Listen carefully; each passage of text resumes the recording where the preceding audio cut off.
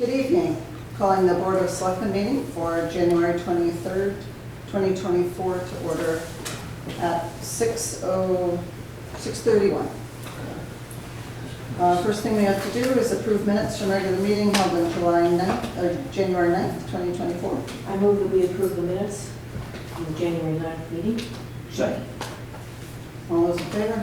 Aye. Okay, audience of citizens. So this is a time we ask the public to make comments, but it's not a question and answer period. Try to keep it to about 5 minutes. And we'd love to hear what you have to say. If you could state your name, that would be helpful. Anybody here want to speak up? Oh, Margaret. Hi, yeah, I'm Margot Hilfinger. I've enjoyed reading your weekly summaries from the First Selectman's office. I think that's a wonderful addition. I have not noticed in them, however, any discussion at all about the situation at John Winthrop for the mold control and the possible tax implications to the towns to solve that problem.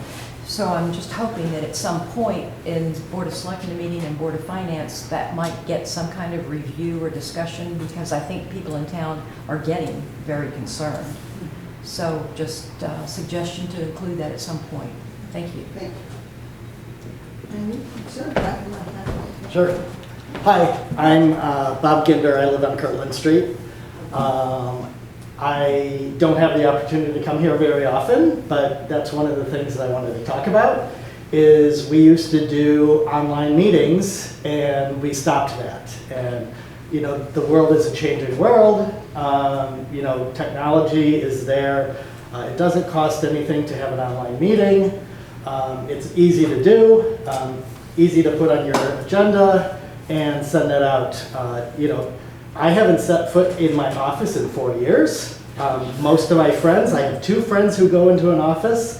The rest of them all work from home. I don't understand why the town of Deep River doesn't have something similar where they do these meetings online.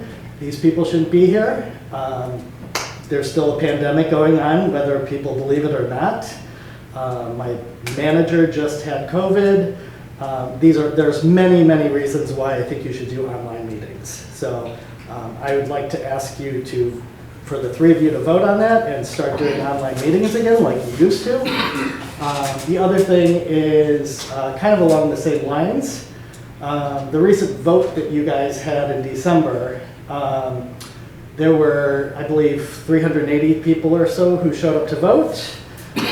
Again, things like that shouldn't be a town meeting anymore. You know, the world is a changing place. Town meetings are very 17th century. We have other ways to do voting. Voting could be done in person. You know, it could be done over a period of time. There's really no reason why we need to continue doing the traditions from 100 or 200 years ago just because that's the way it was always done. And so those town meetings where you do those votes is not a way to do things in the modern world. So I'd like to ask you to consider not doing those anymore and actually have a ballot where the townspeople can vote at their leisure when they're available. So people who work second shift, people who are out of town, people who are unavailable are able to do that. Thank you. Anyone else? Okay. So the 4th item is WPCA follow-up discussion, and we did a walkthrough and we had a Board of Finance joint meeting. So I just wanted to circle back to that because it was on our last agenda. We had a very nice walkthrough at the WPCA, had a lesson, a chemistry lesson, and I saw a wonderful facility that seems to be running well. And it's really a nice tribute to the staff up there, and it's really an asset to the town. So we're lucky that we had that. And after the joint Board of Finance meetings, it was really clarified for us that the Water Pollution Control Authority is run under a state statute. So the town doesn't have that much control over it, but we continue to work together, or close parallel and crossover when we can. So keep it a nice town facility. So that was all. If you don't have anything to add to that. I echo what you said. The walkthrough was wonderful. State-of-the-art facility up there, running with three men, keeping the costs down. And I thought the Board of Finance and Board of Selectmen workshop was very good. I thought there was a lot of good information, good dialogue going back and forth on all parties, even with the people from Ted and his group from the WPCA. So, I concur with that. I think we should be really proud of that facility. It's really quite impressive. And I was pleased also with the joint meeting we had with Board of Finance that although it was not a strict legal requirement, that the WPCA agreed to be more transparent and share their numbers, and that attitude was greatly appreciated. Right. So, nice job. I see a couple here in the audience, so thank you for having us up there. Harold, we will continue to work with the town as we have in the past. Oh, thank you, Ted. Okay, then we had a couple appointments. One is an appointment of Peter Knox to the WPCA. And I want to thank Peter for volunteering his time, and thank you for allowing us a little time. He had put in his request in December, and with the holidays and everything, we finally got around. Well, I finally got around to talking to him yesterday, and Dwayne said he reached out to him today. So I have talked with him also. Yeah, so I think we'd like to move that appointment forward. He seems like a good candidate, and that term does expire in 2026. I just looked that up. 12, 20, 26. 12, right. You want a motion? I need a motion. I move that we appoint Peter Knox to the WPCA board for the term that's ending in 12/26. I'll second. Do I ever get to second anything? Everyone in these minutes, it's Russell Gates. Russell Gates. As the chairperson, I don't think I'm supposed to ever second anything. Okay, and then we did have a brief discussion about this reappointment of Angus McDonald to the Estuary Transit. And I know, Catherine, you expressed interest in being on there, and the reason I would like to move to do this is because they reached out to me personally and asked if Angus could stay on for a little while longer because they're searching for a new building or something. So I thought we could do an appointment, and then when that search was over, we could then appoint you if you were still interested. I am interested. We had talked about it. I think it's a 4-year term appointment, and Angus has served for 4 years. I don't know, are you considering appointing him to run through March? Well, we would make the appointment, and then when he was done serving, then he would resign, and then we'd be looking for a new person to appoint. Is there no way that they can use him and his knowledge and expertise without serving on the board? I believe the setup of that, the makeup of that is such that everybody has to be a board member. He can certainly go volunteer to help them, but I think to have a voice at the table, he has to be a board member. So I think we're all appreciative of the work Angus has done for many, many years here as a selectman. And he served on this as a selectman. I think it would be more prudent to move one of the selectmen onto this board and have Angus advise in whatever capacity he can do as a private citizen. And that we move forward. That would be my point of view on this, and that we feel this officially at this time. Okay.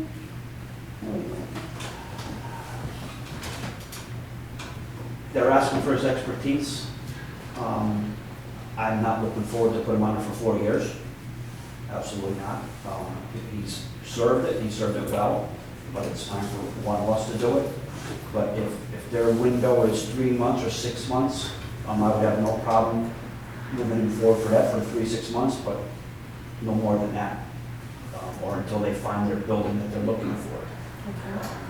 That would be my own thing, or if we just say, you know what, we're going to give you 3 months or 6 months window, and then 6 months you're done. And he has to agree to it, or we won't move forward. We had talked about March when we spoke on the 12th. So now it's moving to 6 months. No, I'm just throwing Well, dates so out. I don't know they exactly. start up again, I believe their next meeting is next Friday or something, or next Thursday. So they have a February, they only meet once a month. So if we put them on only through March, that only gives them 2 months, and I don't know where they are in the search. We could say end of May or end of April or something, we could give a date, and then we could revisit, and then if you're still interested, I will be still interested, that's a greater degree of flexibility than I think we should be giving for this, leave it open in 5, 6 months. That's my point of view. so clarify what you just said, leave it open for 5 or 6 months? No, I'm not comfortable with that. I'm just repeating myself. Okay, so 5 or 6 months is out, and what do you thinking we should? I would leave it for 3 months, 3 to 6 months, no more than 6 months, that would be mine, but, and 6 months is very stretching for me. But I don't know where they are in the process. Well, we could certainly not appoint him. I took the call and they asked if he could be reappointed, at least for a period of time, to help them finish their process of finding a building. Can we table it until the next, our next meeting, and find out where they are in the process? We can, then, would you like to go to next week's I can do meeting? that. Has his term, is it expiring at this point? Yes. So they wanted somebody appointed, so they would be at the February meeting. Well, I'm ready to be that person. Okay? So what should we do? What do you think? I think you should reach out to him and suggest that he use, reach out to the board and suggest that we bring him in a consultant capacity for this, if it's specific engineering expertise that we want. Would that be moved forward and put one of the selectmen on the board? Okay, well, because it's not on the agenda, I don't think we can do that. Or can we table it till 2 weeks? Meanwhile, we let's talk just to him, table it. and talk to Stacy. I did or reach out to him, whoever and he wasn't able to And come then tonight, so. 2 weeks, okay. we book that. So then, make a motion to table the reappointment of Angus McDonald to Estuary Transit. I second the motion. Okay. All those in favor? Aye. Okay, so just the number 6 is just an informational, we have a special town meeting set for February 6th, 2024, 6:30, to vote on 2 ARPA expenditures, which would be for the accounting software, new accounting software for upstairs, and also a generator for the town garage. That would be a total of 105,000, is that what it is, 85 and 25, 110,000 coming out of ARPA funds. The remaining funds, we still need to, allocate. So we also have a special Board of Selectmen meeting scheduled that night at 7 o'clock. And we've invited all the groups that had originally put out requests for the ARPA funds to fund their projects. And we might have a few new people coming in to present. So that is just informational for people watching. Special Board of Selectmen meeting at 7 o'clock on June 6th. All right, transfer station. So update on the food scrap program. So I met with the Board of Finance and we realized we really don't have to get permission from them because the NIPS money comes in and it can't go into the general fund. That is the surcharge given on the small throwaway bottles. It's called NIPS money. So that'll fund the food scraps program through the end of the year. So we're very happy that we can keep that program going and it won't affect, taxpayer money at this point or anything. Is that end of calendar year or fiscal year? End of fiscal year. So that will be through the end of June. And then we'll talk about if we have a place in the budget for it next year. So as we're working on next year, fiscal year's budget, we'll come up with that. And no limitations on what we can use NIPS for? It has to be something environmental. Opioid one has to be something health related, like, prevention. But the monies we get for NIPS is supposed to be something that helps the environment. So this is perfectly in line with that food scrap program. And we did get a good price from Blue Earth, who is doing the hauling. They're I think they gave me $850 a month for hauling, which is pretty good. Currently, they said we're doing about 6 tons of food scraps a month. So keep up the great work. Also, I have updated the resolution for the Transfer Station Advisory Committee from our town attorney. And we talked about this at the last meeting. What we wanted to do is establish a permanent transfer station committee. That the waste reduction was an ad hoc committee, and once they fulfilled their obligation, which was to get through the pilot program, that was disbanded. but the Board of Selectmen thought it was a great idea to keep an advisory kind of committee going.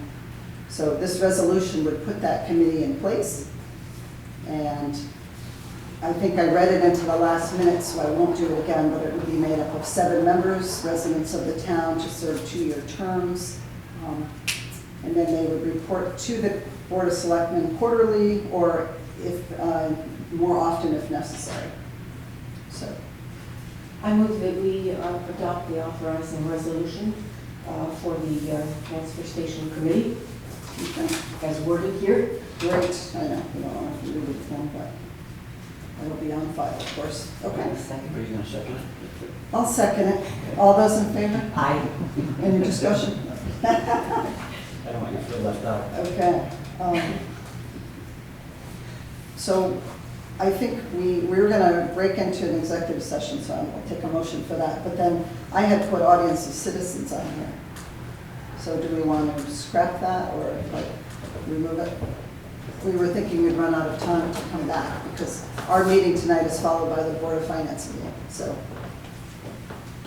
was anyone looking to speak? I saved my questions from the first session to the second session. Okay, so maybe what we could do, if somebody could make a motion, we can move number 9 before the executive session. I'll make a motion to move the audience of citizens in front of the executive session. Okay. And Catherine, you're fine with I that? second the motion. Okay. All those in favor? Aye. Okay. Okay, audience of citizens, same rules as before. All right, Jared. I have 2 questions wearing 2 different hats. Okay. Wearing my hat personally, the resubmission of the ARPA funding projects on the 6th. How do I find out about scheduling? So when I did the first presentation, I used film and video, PowerPoint. It was 20 minutes long. We had a big TV screen. I can cut the time down. I can't cut it down to 5 minutes. It doesn't worth doing. Can we have the big screen in here like we had before? Does that come down here for that? We can, or because it'll follow the town meeting, we will already be up in the auditorium, if Okay. that's convenient for you. The big screen That's is already fine. up there. Whatever works for you guys. And I think after you had mentioned that last meeting, we weren't going to really stick to the time limit. That was just something we thought to get through them all, but. Sure. Great. And then we're going Sherry, to, I'm sorry, do you have your handouts that you handed out last time? I can, yes, I can do that. Maybe you can give them to the ladies prior, they can, I gave you guys all a handout you guys all a hand? couple of weeks ago, Okay. didn't I? You did at some point, I yes. did. I'll have to find them. Which was a sort of, I'm sure they're in that ARPA folder. 'Cause we have but that. I can revamp that as I will as the other presentation. Okay. All right, that's great. Now we're in my Gateway hat. I would like to schedule a time to brief you folks on the state of Gateway, Gateway's negotiations with Deep River that are twofold right now. And I just think I am a commissioner for the town for Gateway, so I think it's prudent that on some regular basis, whether it's quarterly or something, maybe there's a way to let you guys know what's going on. But certainly I'd like to give you an initial assessment of what Gateway is, how it works, and how Deep River is involved in a couple of specific negotiations about Gateway. Would it be appropriate to put you on the next Board of Selectmen regular meeting, the 13th? However you want Or to is handle it more of an executive session kind of information you're going to share? It's not secret, Okay. but it might be more casual just to do it rather than a big formal meeting. I'll do it however you want to do it.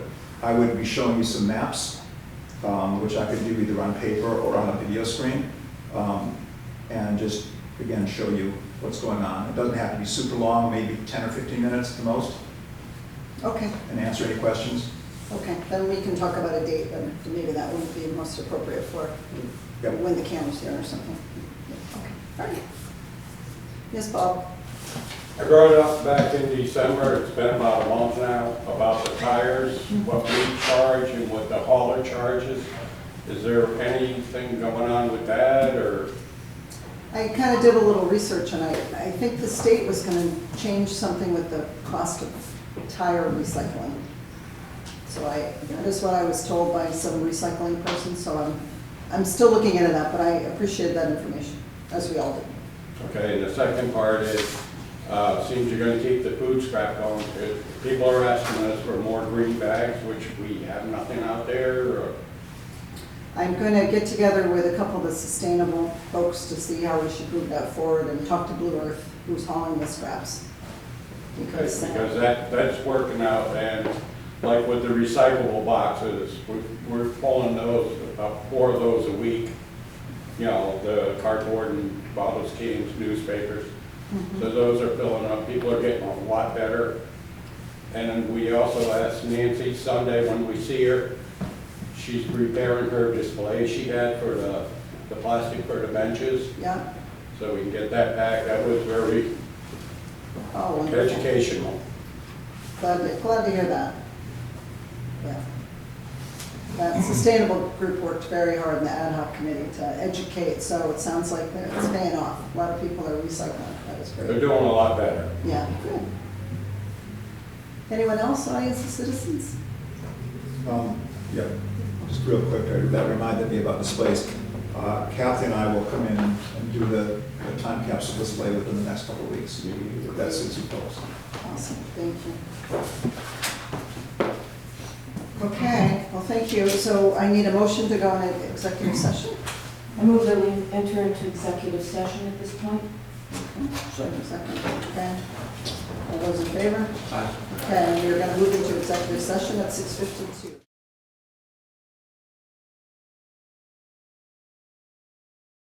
Hear ye, hear ye, this is the regular meeting of the Deep River Board of Finance. This is the January 2004 regular meeting of the Deep River Board of Finance. Our first item on our agenda is the call to order. The second would be approval of the regular meeting on December 28th. Does anyone glance at those? Would anyone like to make a motion to accept those minutes?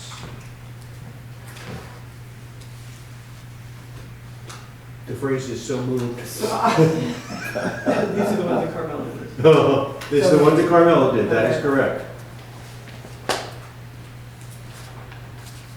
I move that we accept the minutes. I already did it. Oh. Thank you. All right, could I have a second? Does anyone then want to discuss? Perfect, all right. Does anyone wish to discuss anything in those minutes? Seems to be a hesitation. I felt like there was, no offense, Carmel, a few things that needed to be corrected, but I don't have them in front of me, so. Okay, all right. If you had those in front of you, we could correct them in the current minutes, but, okay. I shall share that Mike asked for information from the fire department, and the fire department has sent that. It is sitting on my desk. We will get them to those who at home. I enjoyed reading them. So, and I should add, Tim went all the way back to 1896. So this is a pretty impressive list. Is that the list of the stuff you guys have given? It's not everything, but it's a lot of the high points of it. That was one of the questions I was going to ask tonight. That was great. Tim is humble. So I will get that to everyone. So, I guess the only one that I wish to point out is the minutes suggest, and we got awfully close to saying that there is no job descriptions that were done in the study, the salary study. I think there's job descriptions, they just have to be approved by various departments. So I think there's adequate, unless anyone wants to disagree, that there is no job descriptions in there. That was all that I caught. In the salary study, you mean there are jobs? The way it's phrased is there's no job descriptions done, Well, and they were done, they just weren't approved by anybody, or they're in the process of being approved, so it just. Which I think is a board of selectmen decision to be approved, correct? Oh, it should, somebody, yes, it should be the first selectman, not ours. Excellent, good, all right. With that discussion, all those in favor of accepting the minutes as discussed and amended, please say aye. Aye. Thank you. All right. Next item on these is audience of citizens. Hearing none? Okay. I do have one thing. You got one? Okay. You are a citizen. So, being at the previous meeting and listening to some reports on Board of Finance, Board of Selectmen going to WPCA and other places, I know there's a lot of newer people here on this board. Would it be any of you interested in doing a walkthrough of the fire stations and especially this downtown one that we are eagerly looking to do some changes to and upgrades or renovating or therefore replacing. I think it would be a good thing if we could do a walkthrough of our facilities. Yes, I would like to. So I'll get with Bud and we'll get We have something done, scheduled. I have done one before, or we have done one before. Been a long time. It's very impressive, but it is, what's the word I'm looking for? There's an awareness that there is not adequate space in there, so I think a tour will do for us. So I'll get with Bud and we'll get something scheduled. And then the only other thing is the check that we've talked about from the fire department incorporated to the town for the tanker truck that was dropped off today, as well as the invoice for the chassis that we talked about. They expect the chassis to be hitting the line and or completed by the end of this month. So I dug back into the contract and read the fine print in the contract, so they're well within their contract to be looking for their deposit on the chassis, so that money, our portion from the fire department incorporated is given to the town today. So, Jim, as well as the invoice for the chassis, just to clarify for the minutes, $125,000 was given. 125, And what was the price of the chassis? 112, Invoice was about 112, yes. something. So just following your exact phrase, the chassis went, how did you phrase it, went on the assembly, or? So It's scheduled to be assembled or go on the assembly line this month or the end of the month at Freightliner, wherever they are. And then it'll be, once that's complete, it goes to Spencer Manufacturing, who will build the body and the water tank and the pump and all the other stuff. So the payment goes before it begins to be assembled, that's just the phrase I was catching. Yeah, I mean, so I'm happy, I have the contract, the signed contract that was emailed to me by Angus. It should be on file here somewhere for any of you guys to take a look at. But after it was signed, it was scanned and sent off to the manufacturer a year ago, whenever the order was placed. So if anybody wants a copy of it, I would imagine the selectman's assistant can get it to you. If not, I have it in the email form. You do not remember when the next, the magnitude, the timing of the next, or the events? I don't off the top of my head. That's fine. Excellent, cool. All right, that was all right, citizens, hearing no more. Tom, treasurer's report. Okay, there's two handouts tonight. You have the Deep River Town deposits and actually a current plan overview, which I want to go over first. We had a meeting this morning from 10 to about 11:30 regarding our pension plans for the town of Deep River employees and the volunteer firefighters. The presenters were James Sullivan from Essex Financial, who's a vice president and financial advisor, and Matt Cecilia, who is works for the pension service. He's the actuary. And attending, we had the three selectmen, Carol, Dwayne, and Catherine, Katie. We had Anne Marie, Finance Director, Board of Finance Chair Bud, Town Employees Rep was Pete Lewis, and we had Chief Tim Lee, representing the volunteer firefighters, and myself. Just want to go over a couple highlights. If anyone who was there wants to say anything, please do, or if I'm incorrect or whatever. But if you look, you'll see the total defined benefit plan assets and where we stand last year to this year. And they have it says known issue, negative balance, which we have to, that 82,557.68 is subtracted from the 873,136 for the balances as of January 19th of this year. So we've got about 790,578.32 in our defined benefit plan. Having said that, there's 12 employees that are still, I should say the defined benefit plan actually was frozen in 2007. So there's 12 employees that are still in the plan. And Anne Marie let us know that of those 12, probably 8 are within the 53 to 63 year range. Then there's 2 older and there's two younger. And then next, the other two other plans that we have are the 457B plan, which is employee contributions by payroll deduction, and where they stand as far as balances. and the 401A plan, which is an employer contribution plan, and you can see that where we stand there. If you go to the other, I'm going to try to do this quick. If you go to the other page on the back, you'll see our contribution for the defined benefit plan what the town made in 2023 to both the town employees and to the firefighters plans. And on the other hand, how much actually was taken out of that plan. You see it, especially in 2024 already, 400,801 has been taken out. The main reason for that is we have one long-term employee that took, made up most of that money.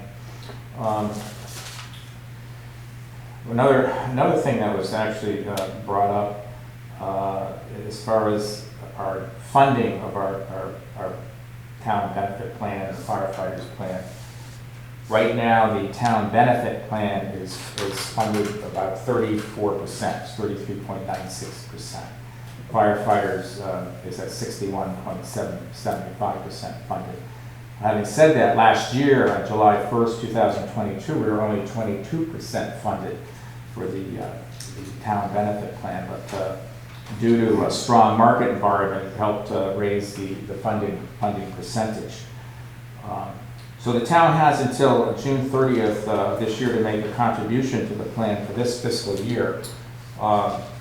Matt Cecilia, the actuary, recommended that a contribution of $316,000 be made to the town plan and $57,000 be made to the firefighters plan for a total of $373,000. This is considered kind of the aggressive route, but having said that, if we went along with this plan and continued, we'd be able to be fully funded, to be said, in 14 years. We could also do what they call a reset of the plan, which is a more conservative approach, and contribute, let's say, $237,000, and that would take about 25 years to fully fund the plan. That's it, kind of in a nutshell. I just try to whiz through that, but certainly anyone else that was there that wants to say anything, please do. Anyone? I think Angus said before the pension went from 80% funded, but two employees, when they retired, took cash lump sums, which kind of good threw it point. into a tailspin. Yeah, good point. Has that been corrected, so that can't happen again? Well, it actually, it was around 72% 5 years ago. Then we had $3.5 million, in the last 5 years, there's been $3.5 million that has been taken out of the plan. So that's why it's been hit so hard. We had, long-term employees that, yeah, but you're right, thank you, Mike, because yes, he said it was like 72%, we're doing quite well at that time, but, things have kind of, we've been hit hard with that plan, and rates had actually, were very low too, which kind of hurt the whole thing. So again, how much is it funded? What's percentage is funded now? It's 33.96%, just like almost 34%. And I guess my question, I don't know if you know the answer or not, has that been corrected so employees can't take lump sums and put it back into the Stone Age again, or?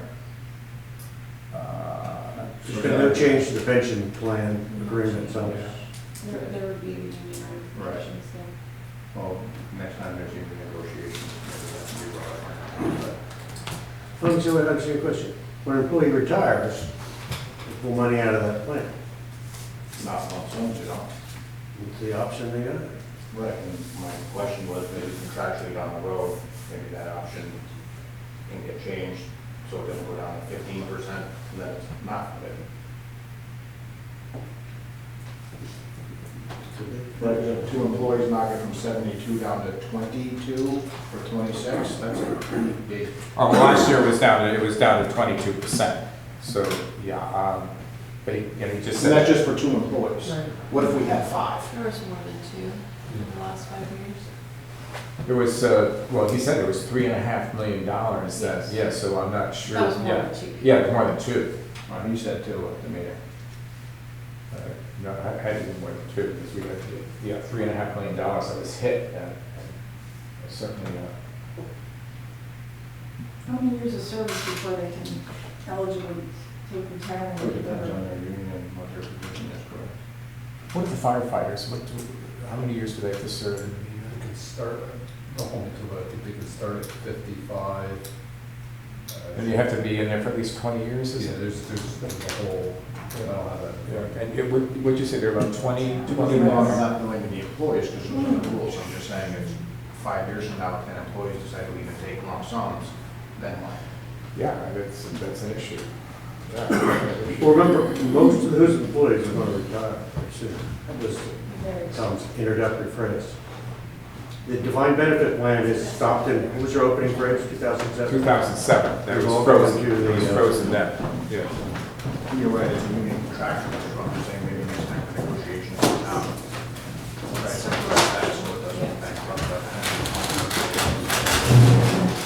But remember, when he's left, if somebody comes out, you only have, those who are left are the remaining liability.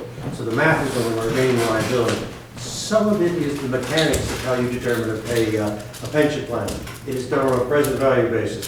So they assume that you are working here, you accumulate so much, you will work for a period of time, then they present value that back. With the very low interest rates that we have, that present value becomes very big.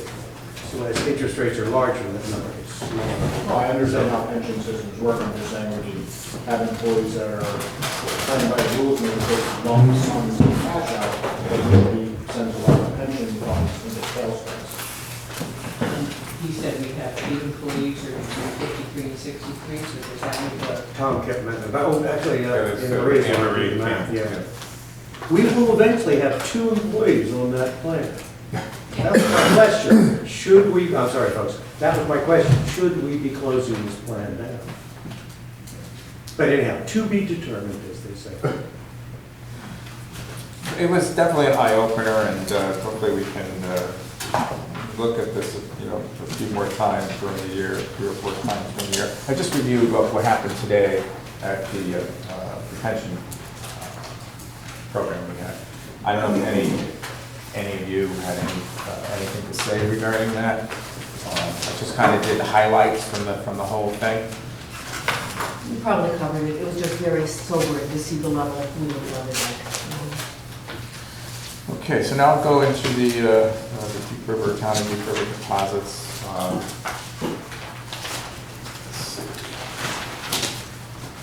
The general fund account balances were about ahead of last month by $81,162.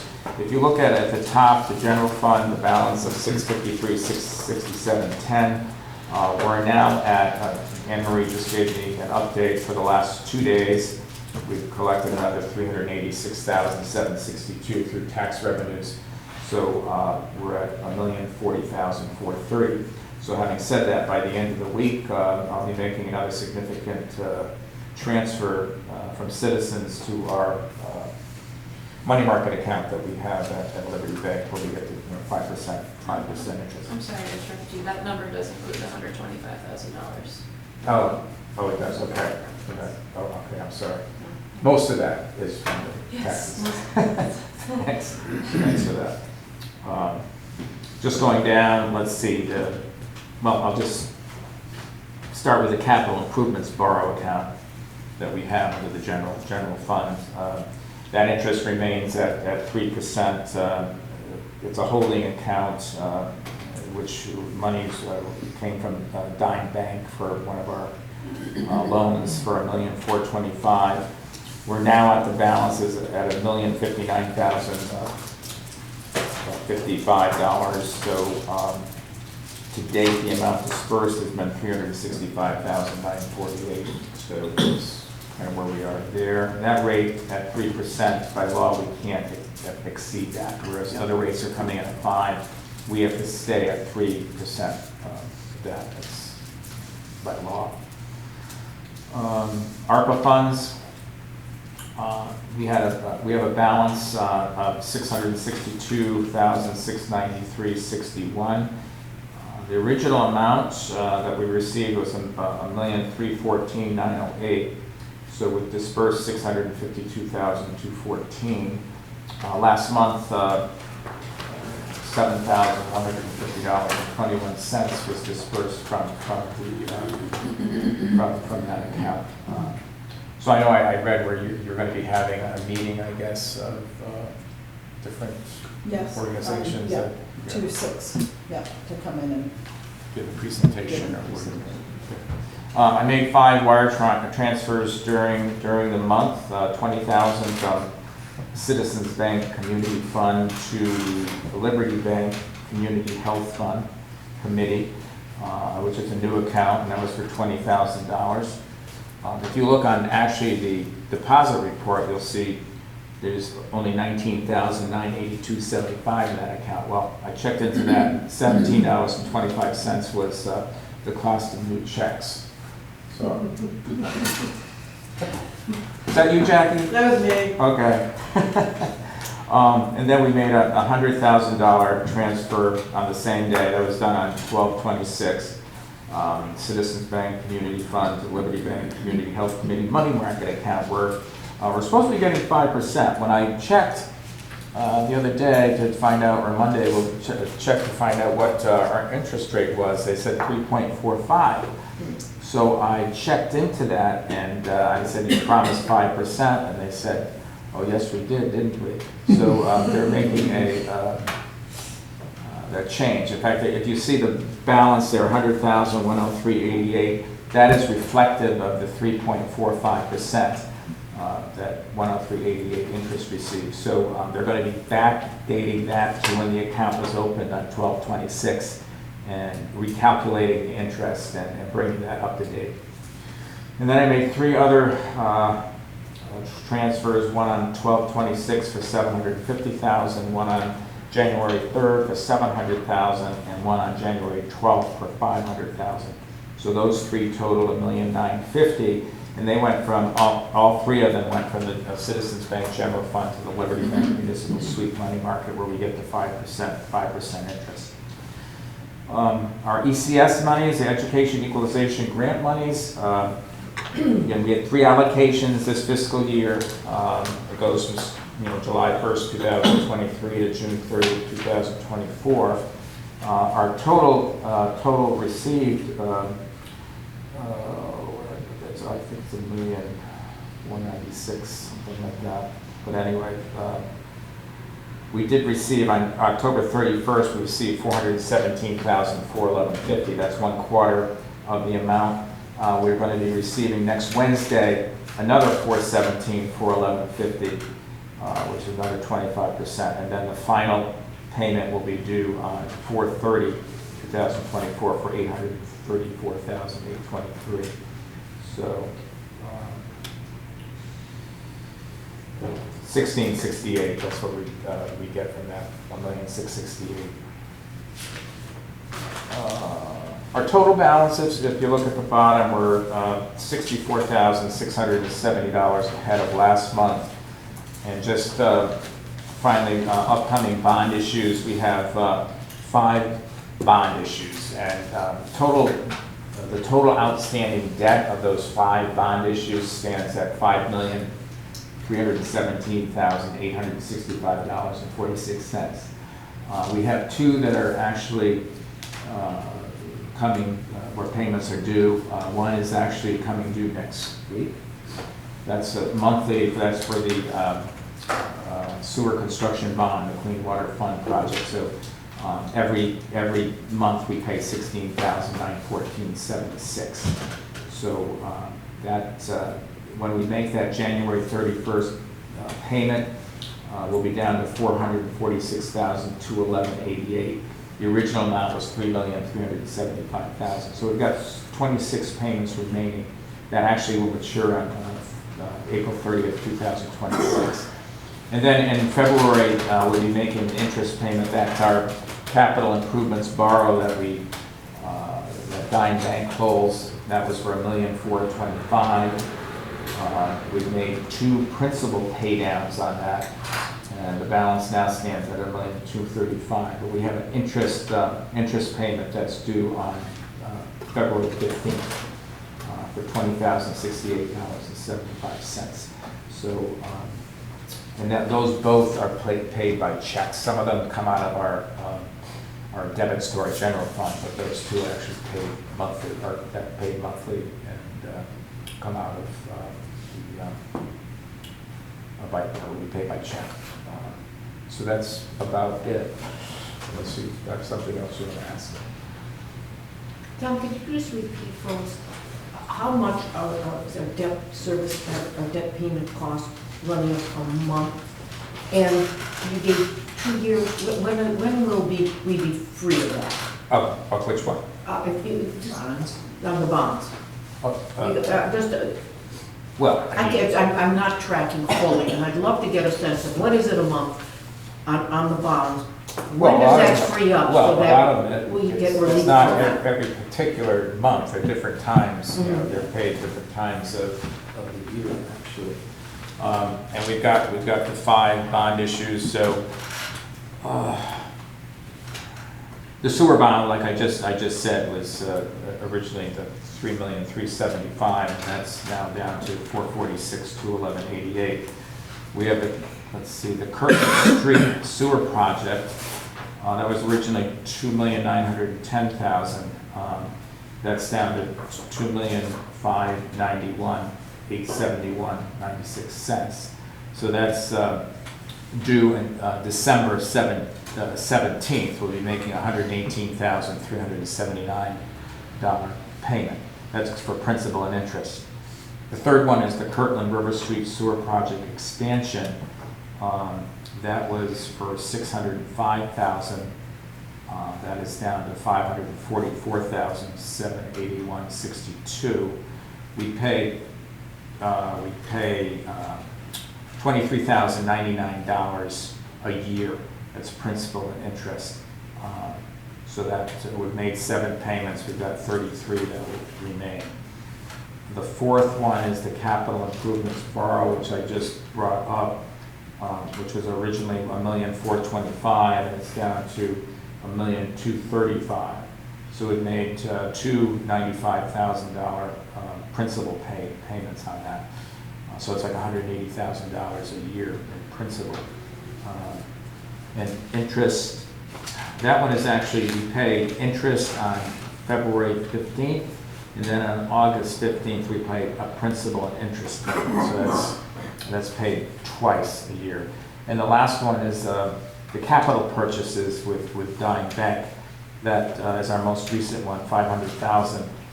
That closed on October 31st of 2023. We make semi-annual payments of interest and annual payments of principal once a year, and interest paid twice a year. So that one's down to, well, we haven't made, that's still at $500,000. We haven't made a principal pay down on that. So if you add the balances of those 5 together, it comes to the $5,317,865.46. I have the amortization schedules for each one of those. Certainly, if you wanted to see that, and No, that I'm shows just, the principal and I won't interest. take up any, I'm just Oh, sure. curious, this is running us, what, 300 and some thousand a year, and I'm just wondering when it eases up. I'm trying to get in my head of when we have more wiggle room. That's all. Maybe the answer is never, but, so we don't have to do this now. Yeah, I'm just curious. Katie, I can show you, again, I can give you the amortization schedules. I can give you kind of a breakdown of each one of those if you want. Thank you, Tom. Sure. Tom, a couple questions on the incubator building. I know I had asked a couple Oh, times. yeah, I have not had a chance to do that. Okay, and the other question I I'm noticed sorry. over the last 3 months, that incubator building number 600, that the number fluctuates from one month to the next, but the others do not. Can you explain that? Yeah, to tell you the truth, Carol, I'm going to have to look into that because I'm not exactly sure. You're right, there's one that kind of remains steady. I've got to find out how many lease agree, or look, kind of try to find lease agreements on those, and do you have any idea on that? I do, I have a little bit. Oh, good. So, from what I have been able to glean about these leases and their associated payments, that is the main bank account that we've been using to both receive lease payments and to pay out our expenses. So that particular line item. Okay, so do we have a plan to consolidate and maybe simplify it for the Board of Finance so that they can understand? The bank accounts? Yeah. That would be it, yeah. I think Tom would like to.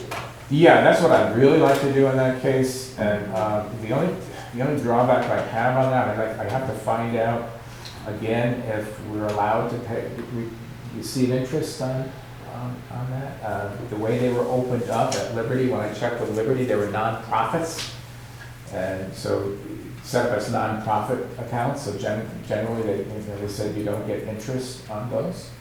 So that's kind of my last thing here, Carol. So I want to get that taken care of. But yeah, I mean, the best thing on that would be if we can consolidate those into like one account. And hopefully we could get, a decent interest rate, if we're allowed to. So that's the only thing I'll get together, I'm gonna try to get the together. last 3 months and do the math, that income is what we are expecting to get as regular steady income from the incubator buildings, month to month. I'm just trying to simplify it for the Board of Finance, so they understand the revenue stream from the incubator building, so we can, there are some initiatives being made to consider expanding the incubator space. And so I think it's good for the Board of Finance to understand how the revenue's coming in, what expenditures are a result of that, and so we can make an educated decision on how we might respond. Yeah, I think we have to take a look at one of the lease agreements and to find out who is actually, I don't even know who's in those. I have all of that Okay. information too. So you and I think we should get together and get this in the bud. Once and for all. A bad reference. But Carol, could you tell me which one of those, I have not been paying attention, which one of them I have the last changes? 3-month meetings. It's incubator number 600 has changed. For example, to go back to, let's see, what's this? The November meeting, it was 145, then it was 149, and I'm just rounding up, and then 154, the most recent, so. It's the other- increasing every month? Correct.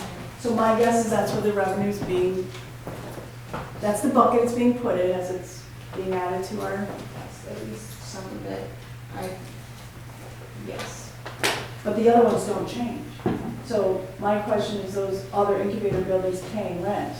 Because it appears that they're not. The lease agreements vary, some of them can be annual basis. Right, so I think just keeping it simple for everyone just puts it all on the table for. No, I agree with you, and Well, then I wonder, you've got 3 lines for the 600 building, because I believe we're getting revenues for more than the 600 building. So and the 600 building was built with a Smart Cities grant. I believe that's the term of what it was, which was to be a nonprofit. I guess if that ties into why it shouldn't be interest bearing, that might be the rule. But if it isn't, then there'd be any reason that it would have to be interest bearing. It would have to be non-interest bearing. That's, I would think, would be the logic on that. And I'm not sure why you'd need 3 accounts. From an You've accounting, got One is 500. One is a 500. Yeah, 500, yeah. Exactly. from an accounting perspective, and to your point, we have 5 locations, I believe, that are currently active. I'm not sure why 500 and 600 were separate in the first place. I don't know if all 5 locations should be kept separate. I don't know if they can all be combined into one. So I think Tom and I have a bit of a project ahead of us. yeah, kind of. So could you just tell me what the incubator buildings are? What do they do? Where are these? What, they're town land? Are they town buildings? So So years ago, they set up down at Flatwood Industrial Park, so it's planted by Haynes, and it was set up so that you could bring in businesses and let them, build up their business. So did we, the town, build the buildings? We built some of the buildings.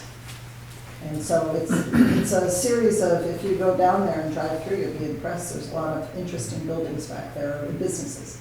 But it was a way for businesses to get established, and then ideally, they would move on to other space in your town as they grew. And is that what they do? We have found I'm that totally a few- ignorant of yeah. that setup. I don't know how it works. Yeah, a few did move on into other places in Deep River, and others did not because they couldn't find other space in Deep River, so they have stayed there. So the Board of Selectmen, Catherine's done a lot of research, so we're kind of addressing what the next steps might be down there, but that's what it is. So it's a collection of buildings that the town owns on town land or not on town land? The town owns a number of plots. In that whole area, there are some pieces of land and buildings on it that individual business people own, LLCs and other things. There's some where the town owns the land, and I think it's 5 of them, where we are leasing that. And then there's one where we own a building, and we lease the land on which that building is. And we lease out our building, So there's expense involved. just for one of them. So it's been, there are a lot of moving parts and a lot of detail, and we've just started looking at it and putting the facts together. But we did look to see if that was rental income being paid, and the answer is yes, and it's current on the properties. But I don't know why you have 3 different accounts, or what consolidation could be there yet, and there's more work to be done to figure out if any interest could be paid. Yeah. So there isn't any time limit on how long someone stays in one of these buildings? The original intent with the Smart Cities grant that built the building that the town of Deep River owns was that it would be a short-term lease. And I think the general understanding was 3 years or less for that. That was a stipulation for getting the federal monies for building that. It's a little unclear, and there is variation from property to property of what the duration of leases would be, and there are very, very long-term leases, and there's not a sense that they would be short. So I'm kind of rambling here, but I think there has been a variation in what the term incubator means. And then I don't know that it's been looked at very carefully to say when something ends and when it's robust. And can say from looking at this is that the intentions were fabulous in building this, in that I would say it was pretty successful. It was a great idea. We did bring a lot of businesses in, like Interpro. We've had some that have moved, stayed in Deep River, and are just flourishing. So, but there's what? Tim's waiting.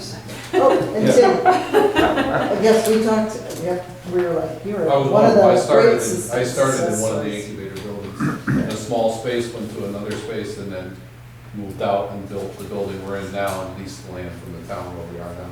So you're still part of the incubator building setup or consortium or No. whatever? Not the way I understood it. So there was 2 buildings that were built, the way I understood it, as incubator buildings, that the town built the buildings on town land. One of them has since been sold off, the one that I was in. One I think the town still owns. And then the Mislick property that was purchased by the town and subdivided to 3 lots. We have one of the lots, so we have a lease on the land. We built the building and did all of the other work, but we leased the land from the town, and there's 2 other lots. So there's several different things going on. So it's a misnomer then to call it all incubator buildings, which reminds me of chickens that are just out of an egg and they're once they grow. That was the intent of, that's the way it was always presented to me. That was the intent of getting a small business started. Right. Let them get started, and like Carol said, would hopefully move on and stay within town and allowing another small business to get started. And it worked for us. We started in a 1,000 square foot unit, then we went to a 3,000 square foot unit, then we built our 6,000 square foot building. So it's a proven thing that worked for us. Okay, thank you.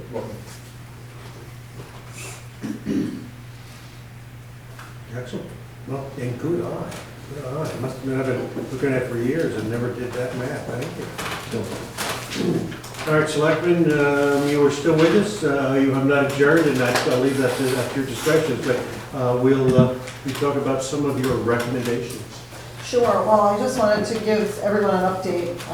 Bud reminded me that I think since the last time we officially all got together, so the playground grant, we did end up working that out with the state, so we are gonna get the $220,000 that we were worried we'd have to cover, so that had a happy ending.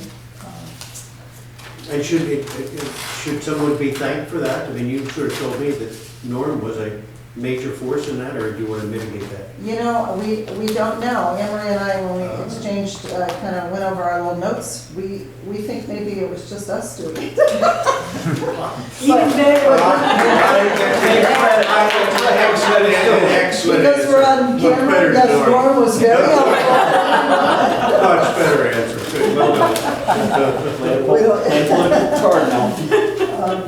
Let's see, we did come to you guys, I don't recall, but we, as the Board of Selectmen, we did vote that we want to move forward with marking the police cars, coming up with money to do the decals. So again, I don't remember if I presented that already to you, but Mike was kind of spot on when we gave the price of about $900 a car. So, and I did some research and I got like 700 to 1,100 maybe a car or something, so that would be about 5,000 because we have 5 cars. And then we also want to do the town trucks or the town vehicles with the 2 seals on the side. And I haven't had a good firm price on those because it really depends on what our artwork is. And if we do the town seals, a lot of colors and all that kind of stuff. So I don't know, you know, maybe 75 to $10,000. 10,000 is what we're going to end up trying to spend if we had it. Otherwise, we'd have to maybe put it in the budget for next year if we can find room, and then wait until July 1st or whatever to move forward with getting the cars marked. But it is something the Board of Selectmen would like to bring to you guys to find To that some. point, are you asking this board to authorize up to a number, Say 75? Maybe 10,000? We can't go over, so we have to go to a meeting and go over 10. Okay. So why wouldn't we do like just Then we go up to a chunk of it, part of it, do the police cars first and then? Police cars Well, first. you're only allowed to touch, the board of finance is only allowed to touch a line item once. Then you gotta go to town meeting again. So you can't do. Can we do it in stages? I think you're saying, let's do it twice. We have to do it once, or we could wait for the budget. What we do July 1 for the town cars, maybe, and We could put it in the budget, here we do. or we can authorize up to $750, and if you can't get all your trucks in, we'll put it in the budget. Well, so the Board of Selectmen would like to request the Board of Finance find the money to mark all the vehicles. So however, if you want to need to do it in stages, then I think the Board of Selectmen would be okay with that. We just ultimately would like to get them done. I would like to do it in stages, and this is why, because each department, police department, fire department, town works, they're all separate in our budget, right? And then underneath each one, they all have their vehicle maintenance budget underneath that. So it makes sense to do them, each department at a time. And then we do one department, then we find out the company's graphics aren't good, then we can reassess and go with another company. Okay. Right, and then if there's any feedback, we don't really like the color or the service from the company, we can, I just think it'd be easier and keeps it cleaner if we do department, since that's the way they're broken down in our budget. Okay. Now, that's it. Are you suggesting, for instance, let's say police, we will increase the police vehicle line item by whatever the math is, and we'll put more money into town trucked vehicles by a certain dollar amount? I was just planning on sticking them in capital and asking for 7.5, but I'll do either way. Sounds like capital expenditure. Not really capital expenditure, is it? Well, where else you gonna put it? Like you do Mike, you put it in each line item? Vehicle maintenance. But that would be next year's budget. Could be. Well, I think what we're asking now is we'll have to do it 7.5 right now. Right. How many cars are there? I believe there are 5. So for the police department, it'd be around $4,500 Right. for all the police cars. Yeah, I tell you like 5,000, yeah. Round up. And then town trucks would be an additional town vehicles. Yeah, I haven't gotten the exact, because I haven't sent them the artwork for the price, because it's dependent on the number, All right, the colors. the way Mike is outlining, my thought was one line item, but since it's gonna be two line items, we can do Carmela's thought, we'll do it in phases. Put 5,000 in police, line item vehicles, and we'll wait for you to tell us what the, And then once they see the police cars done, they're gonna say, wow, that looks fantastic. let us. Wow, our town is Are we just great. putting this, are we putting any special sort of saying to make people Right. happy? Was it some, give me something, Serving the community. serving the community, there you go. Here for you. So, all right, we'll let, all right, so the way I think we're coming out is we're going to, I need a recommendation to increase the police vehicle line item by 5,000. All right. Does anyone want to make that motion now that I've done it? Thank you. Do I have a second? All right. Does anyone wish to discuss it in more detail? All right. Okay, Oh, 5,000? 5,000. Not a secretary. Carol, how many departments have to be done? Obviously, the police department. Towns, Public Works, I talked about. And I know we talked about fire, but we hadn't, Board of Selectmen hadn't really, those were the big two groups that we thought were more. When you say fire, what aren't? Well, I think somebody mentioned a couple of fire vehicles, but I know the trucks are already done, so I don't know. if the Tin personal truck. cars- What Is there Tin one drives already is done for the bark. ceiling? All the trucks are done, the expedition that Wheeling gave us is not done. Oh, something. I have quotes from Phil Shaler from last summer, because we were trying to do it. We were trying to do it last summer, but didn't have it in our budget to do so. So I have quotes from Phil to do the white vehicle that I drive from 6 months ago. For like a seal on the side? He has all the town seal stuff. He Yeah, makes the yeah. seals for all the trucks, and he has all that artwork He and does all everything. our So as signs. far as your town trucks and stuff, you should be able to tell him what size you want it. Yeah, he's- And Tim can have input on the design of it, of course, right? Yeah, we thought they would be nice to all match. So would each truck be about the same amount of money? Yes, I would think both doors is all we were thinking of doing. So the police cars and the trucks and the No, public vehicles? police all- cars are more because they have both sides, and if you put something in the back of the truck, you're decorating the cars more than a town seal on 2 doors. We're usually putting graphics on the sides. and Yeah, like there's something on the back 911s, bumper, maybe yeah. something on the hood. Wow. You can go fancy with helicopter lettering on the roof. Gee. Are we buying it? Oh, Slow to have that. The seals. So. And Tim, other than your truck, are there any other fire vehicles like that would need to be lettered There's up? another SUV that we can talk about. There's 2 SUVs that should be all the others. Do you have a graphics package that you like for yours? Yeah, Yeah, because with white, you can make it like really. I'm just working with Phil at Signs and Graphics. The probably pickup trucks is the town. Well, you said pickup trucks are just town vehicles. What's that? Yeah, no, I'm just asking a question, so down the road, how many pickup trucks? That's all I'm asking. Yeah, I'll have to get that number, but we have a kind of a field trip, if you will, to the town garage. Is that next month? Tomorrow. That's tomorrow. So tomorrow we'll find out how many vehicles we're talking about. All right, so Jackie has done the math. So we're moving Mike's resolution 5 to 55, correct? All right. Up to 55. Up to 55, Police okay. cars. Okay. I'm assuming that all Mike, firsts and you seconds are going to made the stay. motion? Okay. Yes. And who seconded it? All right. Okay. And we are, all in favor, say aye. Aye. Aye. I'm required by the town clerk to, anyone opposed? What? None. I'm required to ask, anyone opposed? Okay, none, hearing none, passed unanimously. All right. This is like putting on your big boy pants now, huh? Finally reprimanded, I don't ask, I just assumed everybody is, we're a team. So the other, one other thing I had was a food scrap program. Yes, You and I had kind of talked, so I just wanted to bring everyone, so we were going to use some of the NIPS money, which I think is great. Somebody has a little NIPS thing on here. There's a little chart sitting here, and I said, so that'll get us through the year to pay for the food scrap pickup. I talked to Blue Earth, and they're giving us a price of $8.50 for the month to haul. Unless we get another 200 or another 100 households, then they will go up by about $200 to haul. So, as much as we talk it up, if we get more people using the service, then obviously they have to raise it, but $8.50.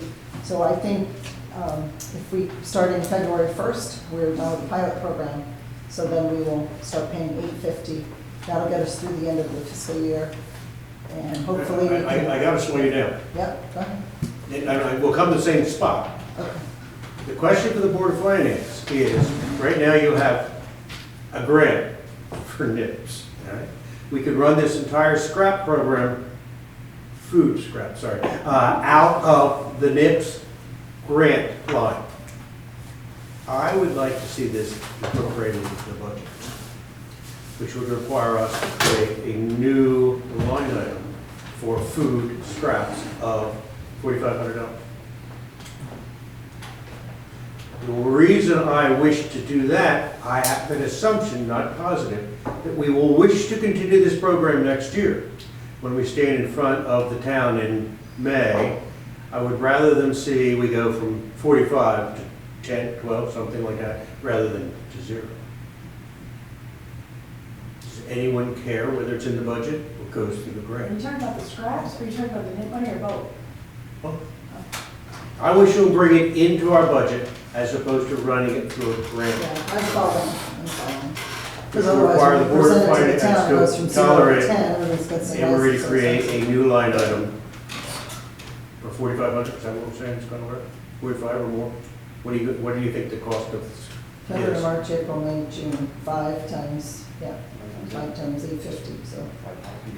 Is it 45? Good, all right. So Yeah. would there be any citizen resistance to our having that money, that cost there? They voted the program down, but it was only because they were going to pay for it? I mean, is this?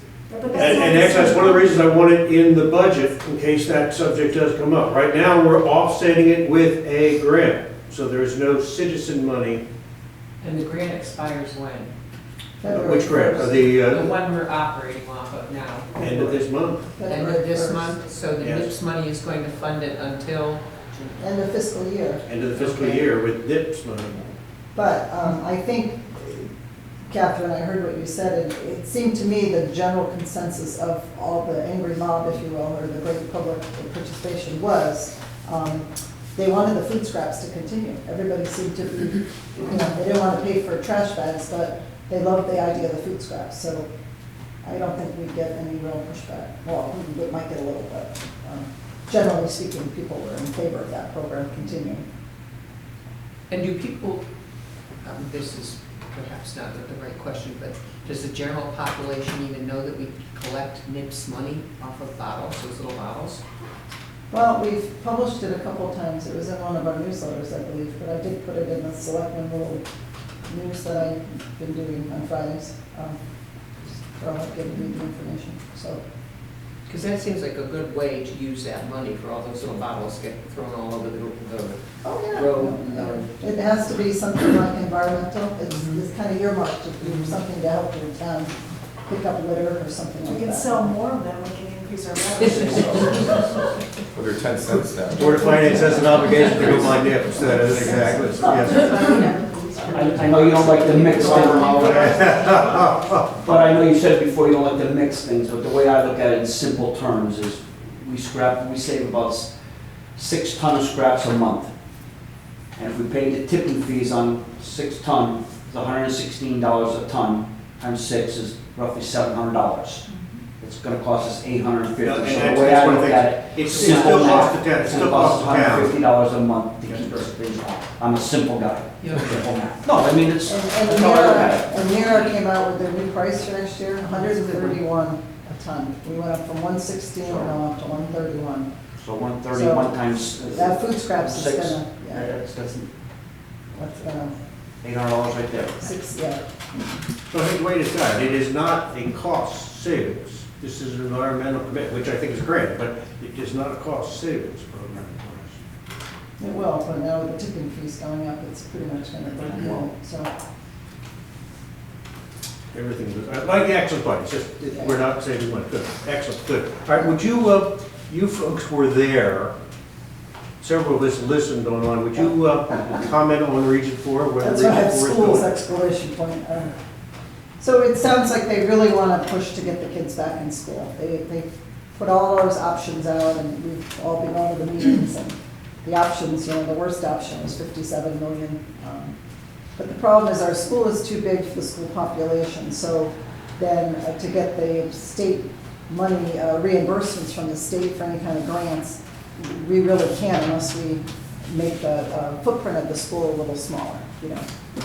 So they even talked about, we could leave John Winthrop the way it is and like take our wing off or something, and that way we could get more state reimbursement. But the bottom line was, it sounds like they agreed to do just what needs to be done to get the kids back in school by September, back into John Winthrop. But I think it's still going to be quite a hefty price tag. So, you know, the consultant said it was going to be about 4.2, 4.5. The Board of Ed folks think they can do it for less, but we don't know until it actually happens, till they get in there. So what would be involved with that is a cleanup. It would replace the pipe insulation that's ruined. And then, oh yeah, put all new ceiling tiles in, that sort of thing, so. And there was no, at least Jackie and I, there was no resolution on how those costs, whatever they are, would pass to the town. Whether it's borrowed by them and Yeah. allocated or just passed. So somebody brought up, and Dwayne and I concurred with the gentleman, there was a Board of Finance person from Chester who spoke and brought up that $10 million bond that was issued for the fields, and they have not gone after that yet. They've been approved, but they haven't, so there is some thought, they've put that on hold, so there is some thought that maybe we can do something where we're not getting a different bond. Maybe even they go for the 10 and then they, you know, use half of it to clean up the school and then put the other half into the fields. Like, I don't know, but that's, tonight they weren't talking money. They were like, all right, we have to figure out what we're gonna do, because now they're in this limbo and they want to get the kids somewhere, so. Carol, are they aware that the issue of the fields that I think Pete brought up, that there's some type of stuff, sewage Yeah, percolating in the septic- field, septic so. failed. So, You know, they must be aware of all that, but. I talked to someone who's pretty knowledgeable about that, he said that's not true at all. In fact, they had offered to help pay to run the septic lines up there 15 years ago, and they weren't interested, so when they redid, because the septic system is under the football field, and the system is so well built, it is not a problem.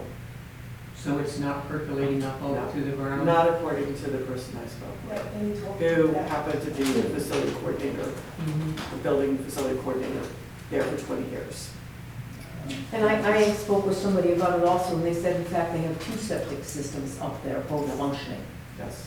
So there seems to be some discrepancy, Right. maybe a little So I'm not temperature sure in what- order to look at it. Well, it's a public health issue regardless, and I mean, we were made aware by our wastewater treatment folks that there was an issue, so I feel that we need to confirm that it is not. Right, that, and before we spend any money on redoing the Concern that was fields, shared with us, we and need the septic problem addressed first, they told us if there is one. into- Yeah, Right. you're right. But tonight's meeting was strictly about what was, what we were gonna all do. Everybody seemed to be able to get the kids back into the school, so. But then they're looking to town leadership to figure out the next step on that, to get, and that is a longer development plan, I guess, fall of '26. So I have a meeting tomorrow with Norm and Cindy on the request of the Board of Selectmen to try to, we're gonna meet about the animal control officer, that we have a new regional, you know, we're sharing a regional animal control officer. So after that meeting, I asked if we could stay, because Norm had set that up, and I said, can we then talk as the selectmen about the next steps for the school, the regionalization idea and all that, so. Hopefully we'll make some progress tomorrow, but, and then I'll report back to it. Would that be something, Bud, since you're on that board, that you could ask? Boost control? I'll let you guys know. That is, that's interesting news, that's I correct. haven't talked about that one. Right. Just brought up with a strong Yeah. No, because I know that. And you were there, you heard it. And I have been listening to that story for over a year. So- I assumed that it was confirmed by them, that it had been confirmed, so interesting. I think we need to put it to bed, one way or the other. I think to Jackie's point, if we're spending all this money on new fields, you would think that the study that was done by the contractor would. Right, before we spend $10 million, I'm sure. So anything you want to add about the meeting? So $10 million for the field, and what did you say, $4 million to remediate John Winthrop? Well, out of all the options that the consultants presented, 4.5 was the option one, cheapest option. if you And the will. remediation is to last for how long? Forever? Or is it going to, did they say? Oh, John, when asked that question, they couldn't answer. Mold doesn't really disappear, does it, until you throw it away? It's a quick fix to get the children back into the school Yeah. until the leaders of the 3 counts can get together and decide what's our next step. Do we regionalize? Do we? Well, it's keeping the humidity at a certain level. So once you've done the cleanup, see, there's no state standard for mold spores. So that you really can't clean to a standard like you can with asbestos or something like that, but, or lead, you know. So they're gonna do their best, but the key is to keep the humidity at a certain level.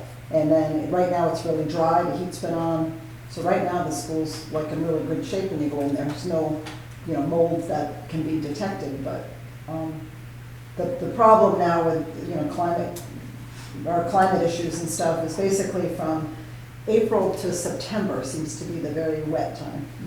So they're thinking they'd get a lot of dehumidifiers, maybe they have to hire somebody that's really on the ball watching that and keeping it. So they think they could probably limp that along for a while until we figure it out, because they've been in touch with, I guess, a school up in Windsor is going through a very similar thing, and this is what they're going through up there. They've found this to work, you know, for a little while, this remediation. Where's that money coming from? We didn't really talk money. I mean, all the Board of Finance people from, you know, your colleagues from the other towns were asking, and they were like, well, we're not gonna talk about that tonight. It did sound like that they were gonna go out for bond on it. So there's no state support? There's only very little reimbursement from the state as we get bigger into it. If we knock the school down completely and build a whole new one, we can get up to 57%. But we have to take the footprint from 130,000 square foot down to 95,000 square foot. Which So- would seem to make sense, because the school Right. population is diminishing anyways, so. But, you know, that's, you know, Right. $55 million or 56 or Or whatever it is. repurpose the school for a different schooling. So the square foot per child is 180 square feet, so since we only have about 200 kids, the school's too big. And then, so if you want to keep it that big, then you, as Wayne said, you don't get the state reimbursement and the same percentage. But once you add more kids, make the size smaller, then you can get up to like 57% back or something. So then you go from, you know, you can get a new school from 57 down to like 32, and you're like, what a bargain that is. But it seems to me that the decision, and it sort of sounded that way, is that the Board of Ed needs to decide what the future of education is going to look like in the 3 towns. So you talk about regionalization, consolidation. Do we need 5 schools? Do we go down? Because the hope had always been, from my understanding, is that John Winthrop would be a middle school. So you may need that square footage if you were to bring 6th graders or 5th through 8th graders up there and then do something different. But at some point, and I guess that conversation starts tomorrow, is you have to decide what you're going to do when you have 200 kids in every school building. In the elementary schools, 200 at John Winthrop and, what, 400 at Valley.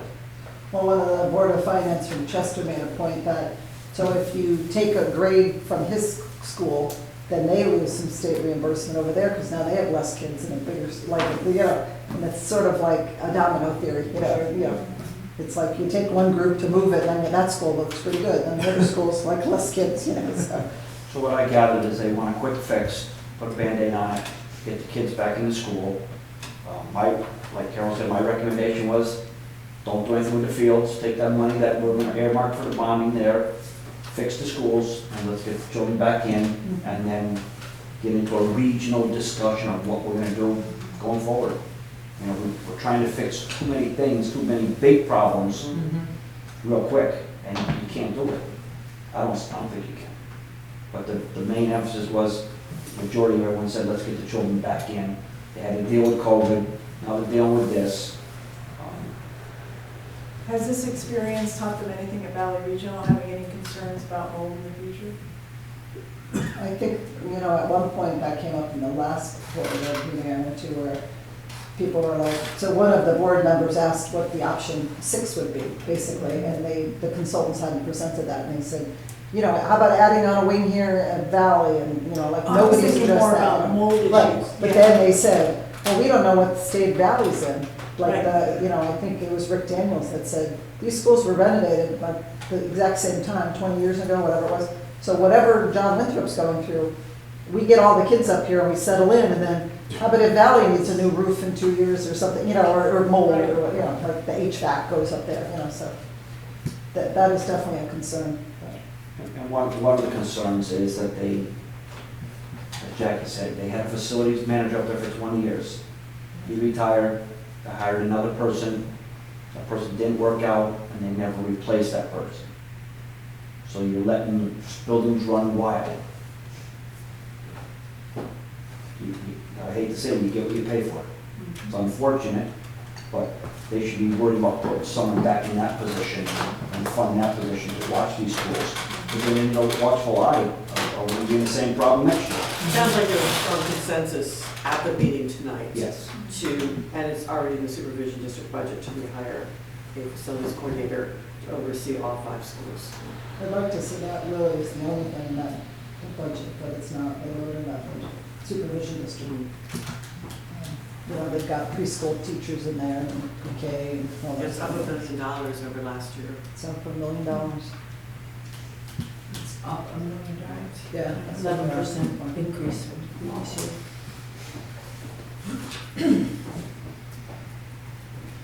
Well, that's all I've got. Oh, so town meeting on the 6th of February.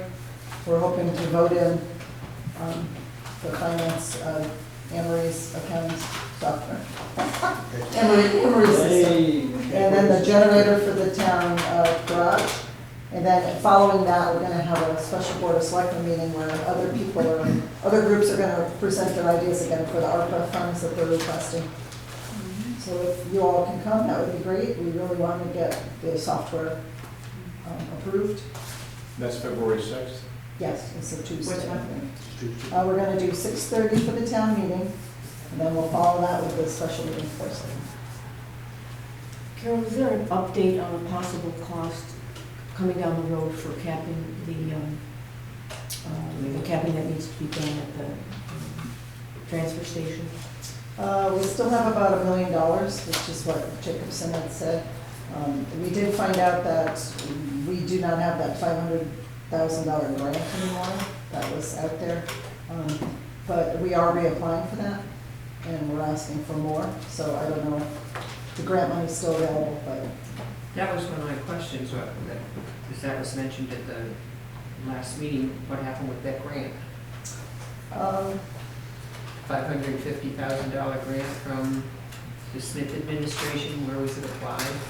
yeah, it just got carried over, and then I guess it got signed, and I don't know if it's reactivated, it got kind of, but then somehow in September of 2020, the town did not sign to re-up it, so we lost the money.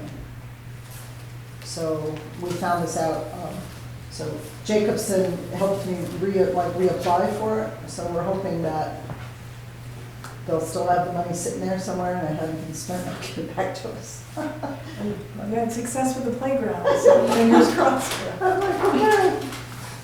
Yeah, so we're working on hopefully getting some grant money for the capping, but because the price has gone up now so much, I don't think it's gonna cover it. But if the state really wants it done, then maybe they have other sources of revenue for us or funding for us. I just have one follow-up to one question about the vehicles that are parked at the town garage that are not town vehicles. Did we find out if we're collecting revenue from that space? I didn't really follow up, I'm sorry. I know we talked about it, was Lucas Trees, and they're cutting for Eversource. And I believe they just sort of got a friendly permission to park there because, you know, they would park at Platwood on occasion too, and it always seemed like the town would just sort of, yeah, go ahead, you know, kind of thing, so. But I can certainly ask Eric. The last bunch of times I've talked to our public works, it's just about weather-related things, or trees, you know, like. You can ask him tomorrow when we go up there, or have him. I appreciate it. Yeah, Thank you. yeah. Thank you for reminding me. All right, folks, let us glance at some intensity, our budget. Start with the expenses. Let's start with the selectmen, and let's take the lead in. You will not see how shall we introduce this? The town has not yet approved the $20,000 annual fee for the new accounting system. So you do not see that in the selectmen budget. And you will, what's the amount? 85 for the implementation of the new accounting system will be in the ARP fund. So we will never see that in our budget. Go for it. I believe that the $21,000 recurring fee will actually be done in special services.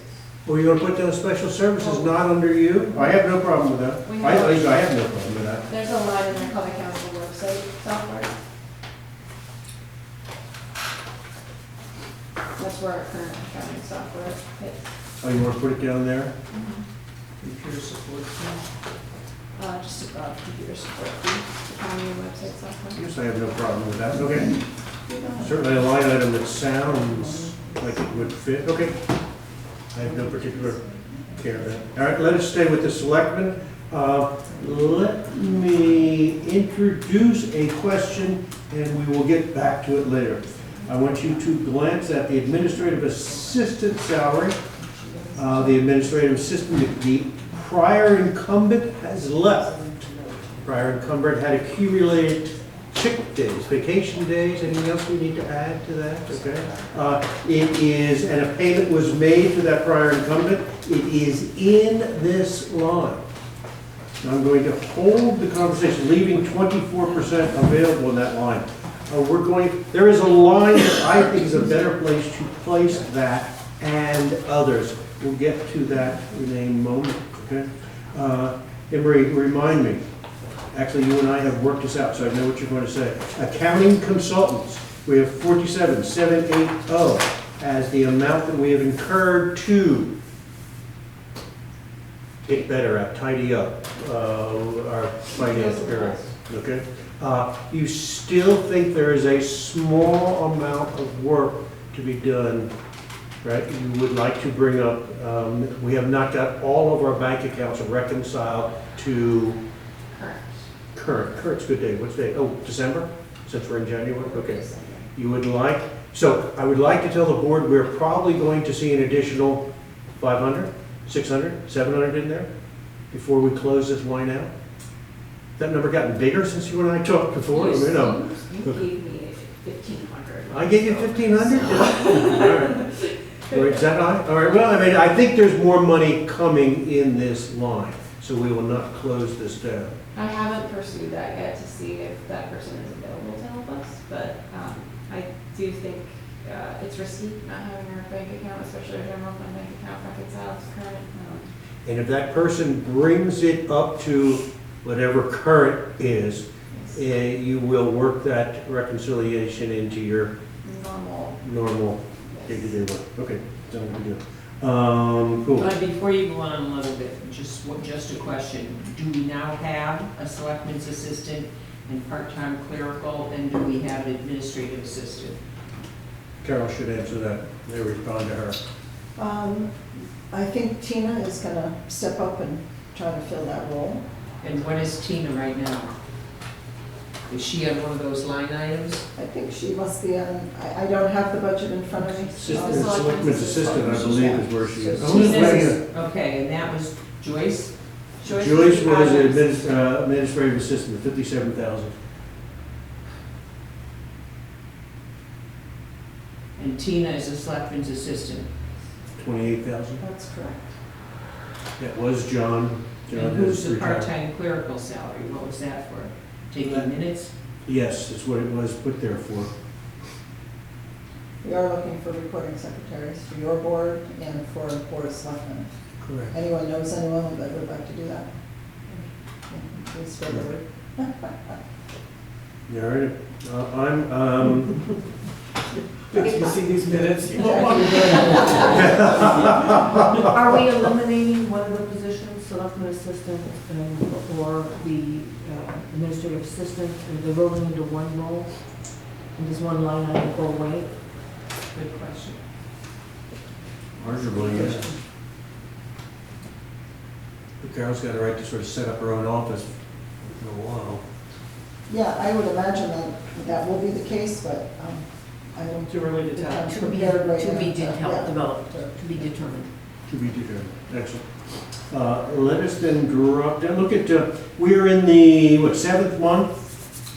So there should be, which is about 58%, 60% of our costs are already incurred, leaving about 40%.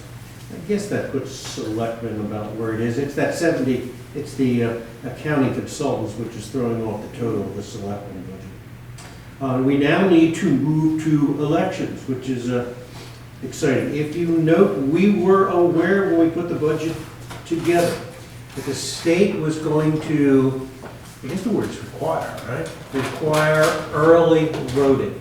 We had no idea what that cost was going to be, so as a placeholder, I put $1,000 in there.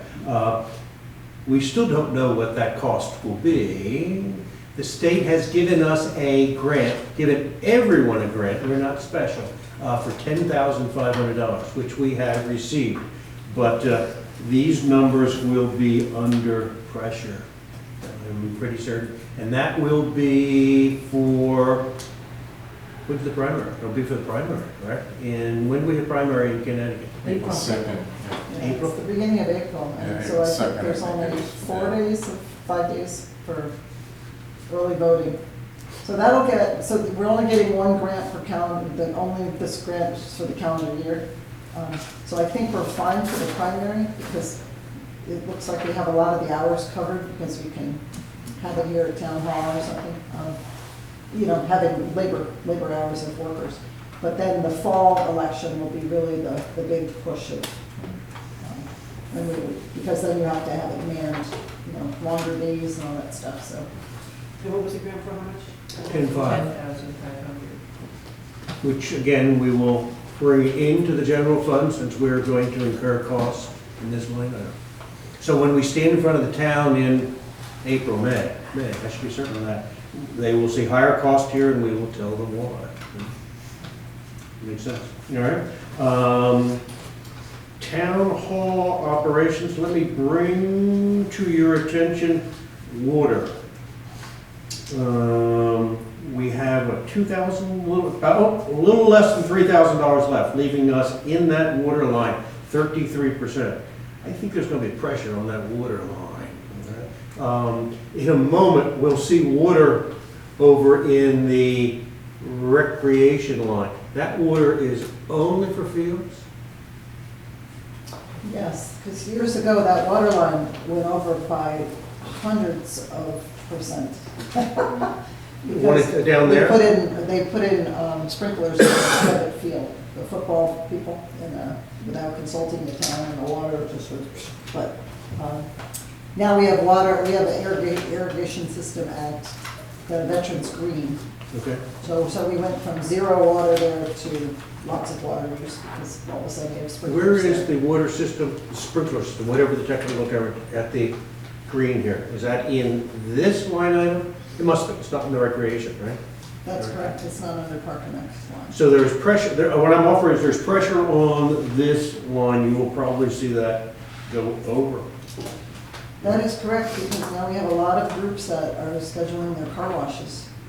Oh. So that might be something that we want to put a halt to. Send them to the schools. Give them budget. So we cut it down twice a month. But I'd like to kind of eliminate those from the environmental standpoint. It's a lot of water. They are good fundraisers for the kids. That's a wholesome fundraiser, but Well, is there someplace else they could do it? I think when they haven't been able to get in here, they have gone to Essex, like the transfer station down there. And I don't know where else they go. Elementary school? It was something. They do the fire department, actually. There's a fire department there. They don't use the town hall now? Church. You know, I don't know, Jackie. I don't know. Good question. Rotate between the three towns. Interesting. Look at, all right, sewer fees. Since we talked about sewers last week, the sewer fees in the town budget reflects the town's payment for this building, the library, and the fire department, and the building beside the fire department, for those, since it was subject to the last meeting. Where is that? Which one is it? In town hall operations, sewer fees, $4,569. I think And we consistently, no matter how much we raise the dollar amount, telephone seems to be overused. We only have 26% left, so I assume we'll see pressure on that as well. But do we go back to the first line where it's Absolutely. fuel, oil, gas, buildings, vehicle? Yes, What yes. vehicle does that, what does that count for vehicles? Gas usage? Where it says town hall operation, fuel, oil, gas, buildings, vehicle, what vehicle is it? We have gasoline that you put in your car up there. I know it's gasoline cars, whose vehicles are they? The town vehicles, Town town crew, the police are up there. Okay, does that also count the WPCA? No, they get their own allocation. Okay.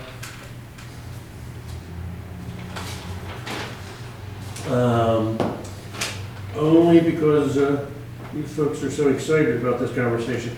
Town clerk, look at, town clerk has a town grant, $6,000, and they've overspent it. That deserves applause. I think in the future, we're going to pull those kind of grants out of the general fund and keep them in a grant fund. Still, you wonder what is going to happen when they go over a grant. Yeah, why did she go over it, did you ask him? I need to follow up with Yeah, her. okay. She at one point had said she uses it for micro. That is, it was Issues. one bill for $6,600 for scanning. So, future, something to look forward to. Well, anyone can comment. Assessor seems to be fine. Tax collector seems to be fine, unless anyone has any questions. Special services. All right, Anne Marie, we're going to pick up a conversation we had a moment ago. Well, tomorrow, selectmen are meeting on how to share the cost of the dog catcher. That's a bad word. What's the word? Animal control. Okay. Do they respond to all animals? Is it universal? So if you have, like Sherlock Holmes, you have a snake coming through your ceiling, or anything, they will respond accordingly? You're going to change that line when that conversation takes place? Is that how it's going to work? And we allocated more money to it, didn't we? Yes, so from a clearer visual perspective, it would be lovely to collapse those accounts into one line called our animal control officer. Before doing something like that, I just wanted to speak with our auditors since, as you can see, we've had costs hit both lines at this point in the year. So I just wanted to make sure from their perspective, I wouldn't be. It's an excellent point. We set up the budget with those line items. So you may have to work within those line items until we do the next budget. All right, good. All right, let me take you down to, if anyone's interested, building inspector. Note that the building inspector he's only got 21% of his budget left, but he claims, and I think correctly, he's a revenue generator. When you look at expenses or revenues, you'll see that so far he has generated about $76,000 of revenue, so he certainly exceeds his salary costs. Let's go down to employee benefits. This is the subject I flagged a moment ago.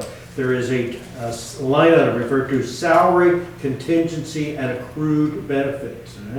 We have how many employees that we need to talk about, I think it should be here. We just talked about, I think incorrectly, the prior incumbent to the administrative assistant should be here, not in her lineup. We had someone retire from Public Works, who was here for quite a while. His payout is in town, in the, what do we call it? Payroll for, Public Works, but Public Works. that's not reflected in these numbers. in any of the numbers, even in the town, and the, Correct. oh, okay. Because it's being processed in the current payroll. Oh, all right, okay. I think that should go here. Angus, who did not run again, has accrued close to $40,000 of, same thing, sick pay, vacation, anything else. That is not here. The question you have, and I'm suggesting it should all go on this line item. The question is, I really do not want that first line going over by that amount of money when we get in front of the town. So I suggest we bring, Anne Marie, bring all of those salaries, or to be paid out into this line item. Unless anyone has any. Well, it also makes sense because they're one-time payments as well. one-time And if you bump up a salary because Correct. you overspent one time, I mean, these things happen. I mean, this is just part of the normal course of doing business, people leave. So that's why I'd like to keep it in that line item. Now, the next, $50,000 is kind of high for an accrual, that's half of the year's salary. Are those? start your question over again, say your question again. $40,000 payout for vacation and sick pay, that's half of the cost of the Well, how long's he been here? I How don't long know, has he been here? so I guess my question on this is, I know in the corporate world, you accrue to a point, and then you don't, you lose it, so is that something we should be looking at? I believe it's in the union contract. Oh, I'm it's not in the allowed union to carry contract. it forward, so, All yeah. right, thank you. The selectmen aren't in the union, are they? No, and that's correct, but they do set They do? HR policy. And there is a cap, it's just very high. It's 172 days. How much is it, 100? of sick time. Vacation is use it or lose it for the most part, but because of COVID, folks were allowed to That's right. carry forward a certain amount through the expiration date sometime in 2024. I'm just not sure. Yeah, December 2024. So I'm going to lose on that. And a continuation of stories in this employee benefit line. If you glance at unemployment compensation, there's $1,000, which is a placeholder. If you remember, we introduced that there are 3 individuals who have filed an unemployment claim against the town. I don't know when Carol or Henry wishes to take over. The phrase that was given to me is, does not, what is it? You were being witty. It's not going well, or it doesn't look good, but if I let someone else continue that vagueness. This number gets big. Well, bigger than a bread box. Go for it. It's not going well. So in a nutshell, the maximum chargeable amount we would be subject to for all 3 employees would be $33,000. That would, we would be billed on a weekly basis, and that $33,000 is the cap. We probably not see all of it in this year's budget, going with It your would spill monthly. into next year's. Going to next year, okay. but that's worst case scenario, assuming they don't get another job somewhere else, Correct. assuming a whole lot of things. Yes. So it's temporary until they find another job. It's usually the way unemployment runs. Usually. And we don't have a balance of a fund where that money's been reserved for a situation like this. Is that something you should consider in the future, to have an unemployment fund so that should others, so that we don't end up in a scenario where, would that be your recommendation? We can certainly talk about it. I don't know that it necessarily. needs What I'm to be- uncomfortable with is, if we put in a relatively large number there, we're going to ask citizens to pay that number in taxes. I don't know, something, it's an excellent question. It's like a reserve.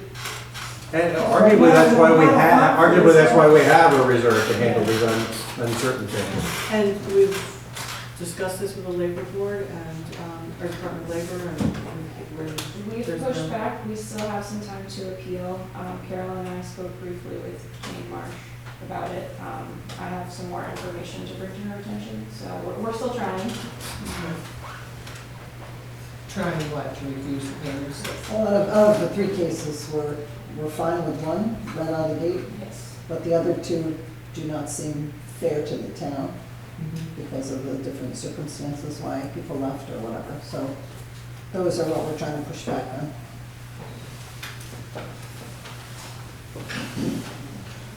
All right, let us move on to police protection. And we've already chatted about vehicle maintenance. We only have about 7% left. We had $10,000, they have spent most of it. My brief conversations with, who's our resident trooper? Steve. That there will continue, unless we give him new cars, there will continue to be maintenance on it. So this number will get bigger, and we just increased that line item by $5,500. Is there anything we can look at with having a contract with a particular place to do the maintenance or any kind of something that would lower ongoing maintenance costs? An excellent question, I do not know. Who does that work for him? Like, he was telling me it didn't mean anything to me. Local contractors, you have to go someplace special where You it's sign checks from our places. Sometimes I go with the Ford dealership. There's a few different. I know that, What's interesting comment to me was we've been beneficiary of receiving cars from Whalen. However, his conversation with me is they are show cars, not cars that go on the roads. And therefore, there is a lot of extra maintenance that has to be done with these vehicles.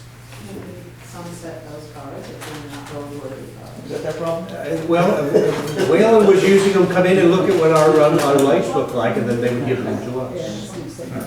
And so he claims that he has to do, they are not made for the kind of wear that they get.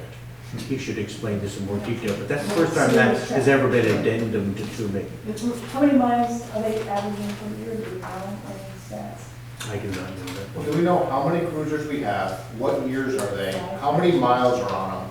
So we kind of have a graph. We have one that's a 2009 they're still using.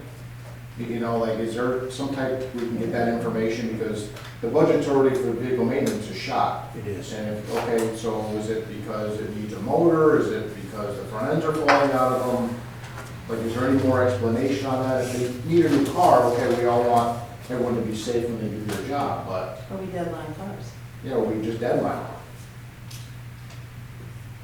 Deadline defined as, Take them offline. take them offline. he is more than eager to have you buy it. I'm not saying replace, Okay. let's look at the usage. We should bring, I tell you what, we can bring him into our next meeting. Or he'd be eager to come in and talk about this. No? Don't, Let's do have a baby. what's that? Let's do have a baby very soon. Can you just?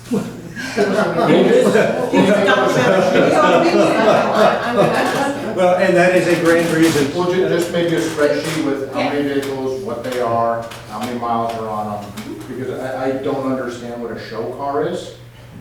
I've never heard of that in my career, and if they're show cars and we have to pay money to, Well, they're not in the interest, I'm sorry, they're not in the interest of public safety, and they're only in the interest of show. We've certainly been getting them for years. I've never heard his addendum that there was any sort of downside to accepting them from. I think he said they, basically, Wayland sets it up to show off all their lights. That's So there's a exactly. lot of extra wires when we get them that then they have to kind of pull out and when they're hooking up all the police gear.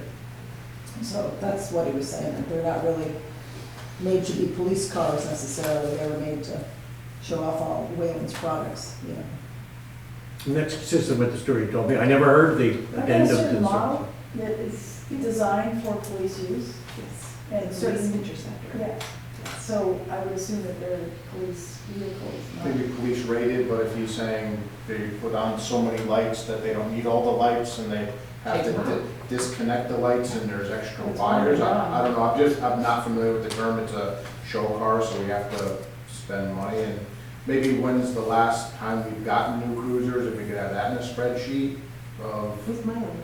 yeah, what the mileage is, like on-duty, off-duty mileage, stuff like that. I'll ask him, because he's gonna come, I believe, and present for the ARPA funds for a new cruiser. So good, and can you have them bring an Yeah, actual so I'll have him quote bring of all the- that information in at the time. Yeah, because when I asked him for a quote of the cruiser last time, he said I couldn't have it. Really? Yeah, so What if is he wants a new car, a spec sheet of the quote of the exact car and the Yeah. equipment in it would be very helpful to make a financial decision. Okay. Mike, you said on-duty usage and off-duty usage. Yeah, is there a log of mileage, you know, on duty versus off duty? I know to be CLIA certified, you have to have all those records. Best practice certainly would be to have all the maintenance records so that we ensure that everybody's safe with the cars, right? We want the brake, and if they're being overused off duty, and then we're paying for the maintenance of them, that should come into question. Is that common practice that they're off-duty used? I'm doing a little research on that now with regard to resident troopers towns, if they're 100 and something pounds, I'll be able to have some clarity with regard to that. But I would say predominantly the information they have, preliminary information is no. Really? Interesting. Correct. No, they're not used for personal use. Correct. Because if they are, my understanding, and I know you're going to look into this, is that that is a benefit that has to In be the IRS. Town has. put on their or their 1099s for any employee that uses a town vehicle for personal use. It has to be listed under 1099 because they have to pay tax on that. That's my benefit. It's a tax benefit. So it would just be nice to have a spreadsheet if he's going out, having a baby, that's great, congratulations.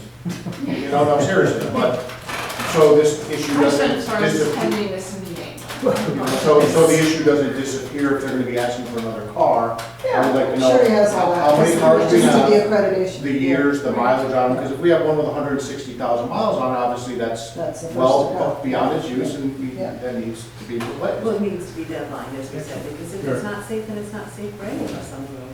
Right, and then if, again, the history of, if we deadline this car, we sell it, or does it go to another department because we're still paying for maintenance just out of another column?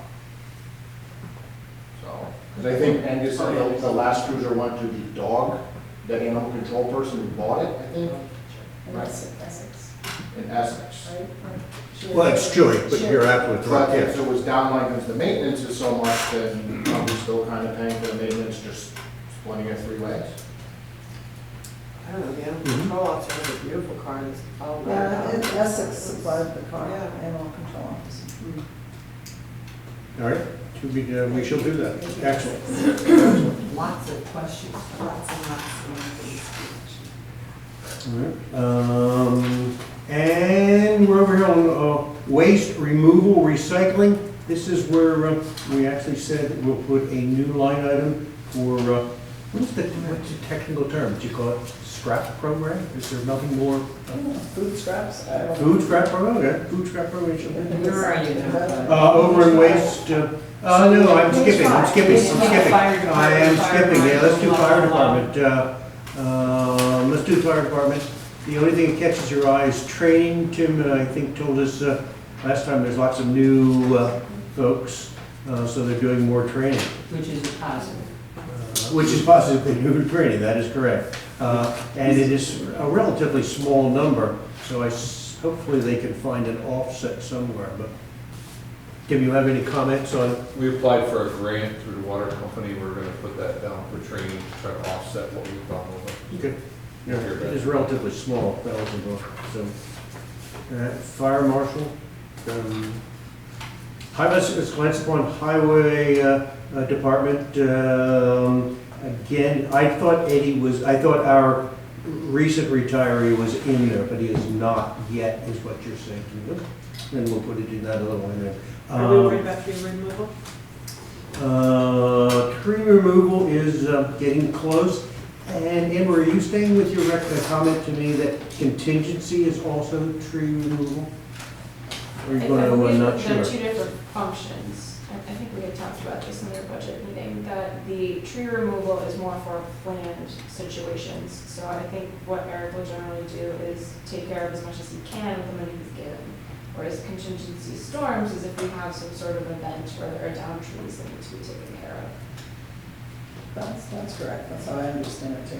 Because we have a tree list and the tree warden, when he comes in, I give him, if somebody's called about a tree, he goes out and inspects, and those would be the ones under the tree line that need to be taken down routine, as a routine maintenance. So you think we'll be okay? I do. With only 5,000 left, okay. Which one are you asking about, the tree removal? Tree removal, because. It does not seem like there's, as you go into the spring, it doesn't Right, seem and I'm like, worried that there's gonna be a lot of homeowners calling to say there's a tree on town property, on my property, that I want you to remove, and we only have 5,000 left of it. Well, if it's not on town property, town doesn't have to pay Correct. for removal. Correct. Yeah, we don't remove trees on, No, town but- properties. Weren't we recently sued on that very issue? I don't know what the resolution The was. property by the library, Yeah. flooding the library. That was our argument, it's not on private, it's not on our ground, why do we have to take it down? But I don't know what the It resolution, was is that still overhanging the ongoing? walkway, which is supposed to be maintained by the town. And that was the ruling. I don't know what the resolution was. Right. So we have about, what, $18,000 for trees? Remaining, that's correct. No, Well, 5,000. 5 and then the 13 on the contingency one. Well, we had 50, we spent 33, so 17 left, and then we've got contingency. Those are for emergencies, the contingency.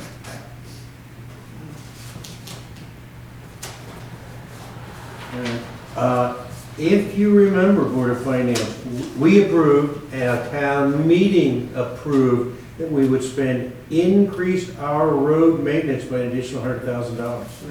That is not currently in here. We will do better next time. When we get to capital, you will see a line item called LOSIP, which is local capital improvement program leaders. The town has to apply for a LOSIP grant. The state sets money aside for every town. We have 32,000, we'll do it right now instead of guessing. I think we have $32,239, very exact on that number. We use those dollars for road maintenance. Well, it seems to me it should be here. If we're going to say to the town, here's how much we spend on your roads, those dollars should be here, I would think. I don't know why they're in capital, but it just doesn't seem right. We'll deal with that when we get to the budget. But we will bring the $100,000 in. Let us move to, now I get to waste removal. This is where we will create a new line item for the food scrap program. And we will be, what are we calling it, 4,500, something like that, you think, through June? Yeah. Good. Let me point out, all right, let's go to Park and Rec. Again, Park and Rec, the maintenance of the Park and Rec. We budgeted 30, we have spent over 27. We don't have much left as we go into an active time for Park and Rec type thing. We will go over that line item, I'm assuming. Why, wasn't there something done up at Flatwood that caused this high expense in that line item? From last year. Well, we have a pond maintenance program going on where they've gotten the DEP permits, and it's been going on about 5 years, and they're taking down the Phragmites and opening the pond back up, and so we're doing it legally, kind of having it, treated. And that, for a few years, I think Angus put in that, there's a $10,000 park line way at the end of the budget. In capital? Additional park expense or something. There's 5 in the park. And I think that's where we put the contract for the pond maintenance people.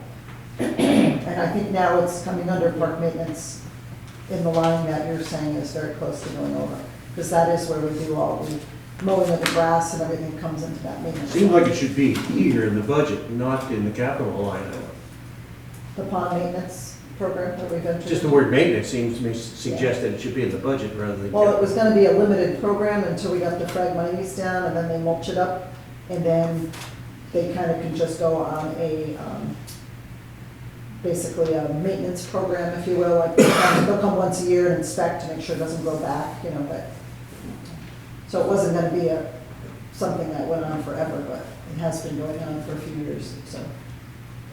But we summarized it, this line is most likely going to go over. It's 27. You have no idea how much, I assume. No, because we've got all our grass mowings coming up, opening day, field prep, so it'll probably go over.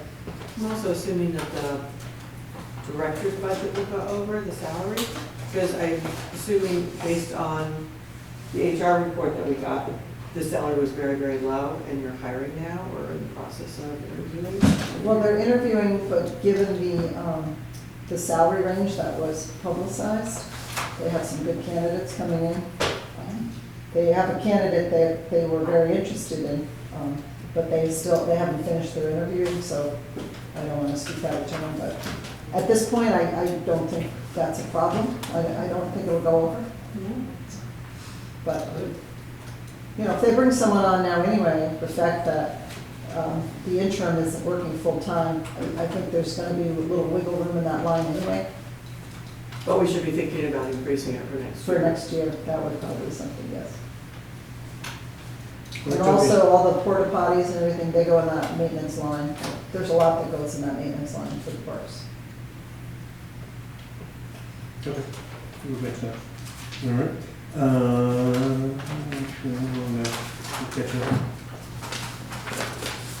We have to do, we have to do a better job. There are, in Park and Rec, we identify them as self-funding.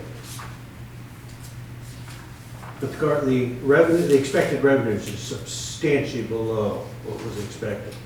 Does Park and Rec attempt to match expected revenues with expenditures? No is my answer. No, because some of that self-funding is the fireworks, which went up to about 17,000 this year.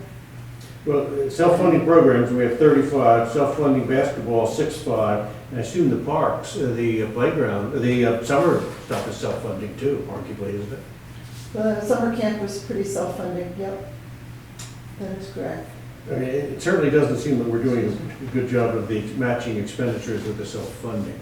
We're expecting close to $90,000. Well, no, so Park and Rec Summer Camp does have a line, there's a camp expense line in that budget. So it wasn't all self-funding.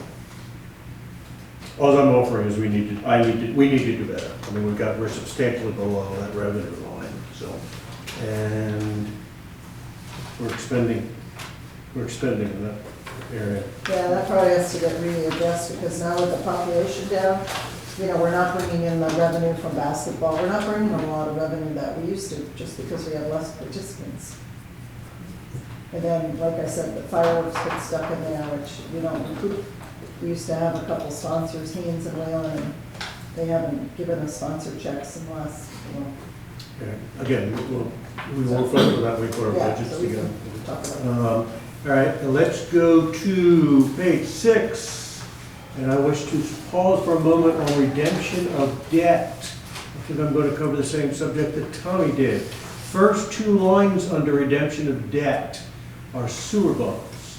Quick math is the town. We asked our citizens to pay over $350,000 a year to pay principal and interest on sewers. The lines that come in. But didn't Jay Marsh say town should not be paying for the WPCA bonds? She did. Why are we then? An excellent question. That is what I'm sort of raising that we should think about. If you look at Tommy's sheet, they are sitting on $400,000 of debt. I don't know. It was done, no, watch this. I was on the Board of Finance, but I could blame it on John Ballard Smith who agreed to take all these payments on. And one of the things, our next item on our budget here, our item is, I think we should at least have conversations with ourselves and somebody about pushing some of that to the Pollution Control Authority.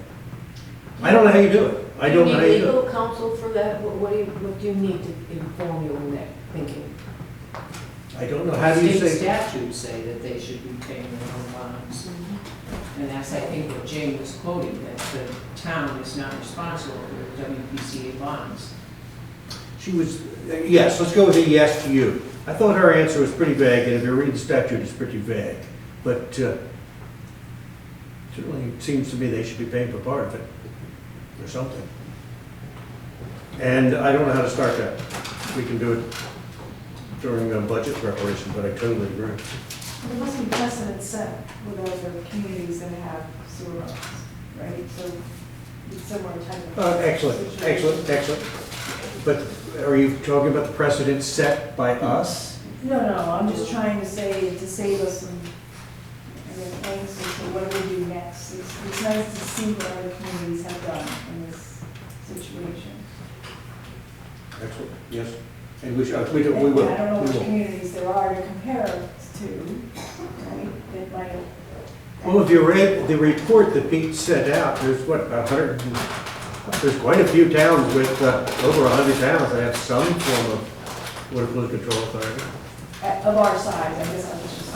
Excellent. That one I cannot answer. But I do think having the sewers enhances the quality of the town of Deep River and the attractiveness to businesses and businesses. So I think there is some vested interest in having. Well, absolutely. Yes. But it seems with all of the income that the WPCA generates, and it stays within the WPCA, it doesn't enhance the town in any way. I mean, they service the sewer lines, which they put in, and that's their income source. I should think they'd be able to pay their bonds. They have the revenue to do that, Mhm. right? So they're financially stable enough to support themselves now. Like our WPCA hasn't expanded at all, but they have sewage coming in from a fair number of towns, right? So they maintain their Ours, plan. absolutely. What happens to all the rest of their money? They should be able to service their bonds. I did think, recall that Jane made reference to the fact that those two things needed to be separate. So a bond payment needed to come out of the sewage usage fee, or out of the users. That seems to ring a bell for me from our joint meeting. According to statute. Yes, but But the users, are you saying the users that are on the line, or the users like the haulers as well? on the Because they're line, users. on the line. Yeah, but are the That's what haulers I users heard as it. well? Right. Technically, yes. Yeah, All the haulers are bringing sewage in from other right, so they're towns users that as were. well. 50%, if I remember correctly. I think it's worth looking into. Mhm. I mean, this is just such a large number. What we, what the town pays, the Yep. 350, I'm not sure, yes. Well, didn't Tommy, did you say it was like $16,000 a month? Was that one of them? That's a lot of money. Yeah, that's it. But if you go, I mean, I'm thinking if you're thinking that it should just be the users that are on the line, there's not that many users on the lines, that this would increase, it would become prohibitive almost for anybody that lives on the line to suddenly have their sewage fees go up like that. So how do we look at this? When they didn't have a choice. to I'm not go up. quite sure how to answer that. I suggest we defer it until we get to the budget. What are you going to say? We're going to bring them in, we'll bring them in as part of our budget preparation, and we'll discuss it with them. We also, I think, need to educate ourselves further on what do other towns do, how do other towns handle. Well, if you read both the legislation and the information sent to us, some towns will pay part of it, some towns will have them pay part of it. It's all over the place. So is there someone at the state level that can interpret the state statutes for us? Because I think that would be the first place to go, is to understand. Again, I think if you read that document, towns are all over the place on what they do. Well, that's why I think it'd be nice to have a clear understanding from the state as to Like the exactly. bottom line, this is what the state says you must do. Right, because in And my mind, that's what it's a you little should bit be vague. following. Right. If our town ordinances don't follow them, or ruled by the state statutes, that's what we should be doing. Well, again, if you read the document, it's all over the place. Some towns pay, some towns have asked the WPCA to pay. So I'm not sure you're going to get an absolute answer. I think it is at the discretion of whoever But that would be nice to know that the state is saying, yes, it's at the discretion of the towns and WPCA. I just think it'd be worthwhile to have some data gathered before we get to the budget season. So we come into those discussions with a knowledge base. And who has the authority? At the end of the day, if we decide it needs to be shared, or on one budget or the other, who has the authority to make that decision? Excellent I don't think it's the Board of Finance, is it? Based on what my understanding of the statute, we don't. So how do we reverse what's already been done? I don't know. I think there's a legal opinion needed in these circumstances, right? But as a Board of Finance, you too are also, you're making decisions with the people that live in this town and what we're charging in terms of taxes, what people are going to wind up paying. And if that includes bonds that maybe they shouldn't be paying for, that's a considerable dent in your taxes. But it's been going on for how many years? Doesn't mean it cannot be readdressed. Correct, but I'm just saying that I think the awareness and the understanding of where it belongs, which bucket, and who can authorize that change. I think for me, it's the authorization of decision making. So you asked a good question, where do you find that information? Someplace up at the state capitol. But you had spoken at some point. No, I think it's us. I don't think you're gonna find it extent. If you wish to have them pay for it, you have to pay for it. They paid for it for years and years and years. I don't think we have to go to state capitol. We can get our attorney to say something. Do we know when it was changed, but roughly? I'm going, no, we do not. I can figure, we can, if I look at old budgets, we can. Was that in the other room? You weren't part of this. It was your predecessor. Smitty and John Bauer said there's an agreement. I do not know. I should have asked for a Within question. 10 years. Smitty, when was Smitty? He left this? Angus and I have been out for 8 years. Okay. It'll be 8 years this May, so. I gave up 10 years. Very good. 2016. But if you're doing it for past practice, I think it would be easier to go back and change it than if they never did it and us to say, you have to start paying for it. Right? If you did it for 20 years, when this treatment plant's been up there since in the 92, right? So figure 15 or 18 years, they paid for it, Not before that. give or take. So is that super sleuthing through old town budgets that we get out of the town clerk's office to understand those years? We can certainly glance at those. That's Tom, correct. do you know the answer to that? As to when the town took over responsibility for those two sewer bonds? What was that again? Do you know when the town took over responsibility for the two sewer bonds versus WPCA? Did we take over when they were built? Did WPCA pay for the original main line and the plant? And then when these new ones were built in 2014, 15, is that when we Remember that first one? Yeah. The federal government picked up 90% of the cost. Yeah, because I think that's when Jane was saying probably the WPCA wasn't that like established yet, really, or something. We paid for the first line, or they paid for the first line.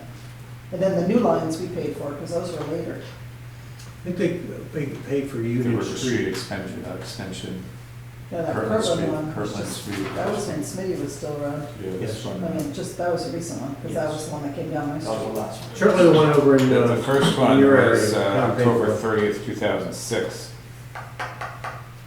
Sewer construction bonds for the water project.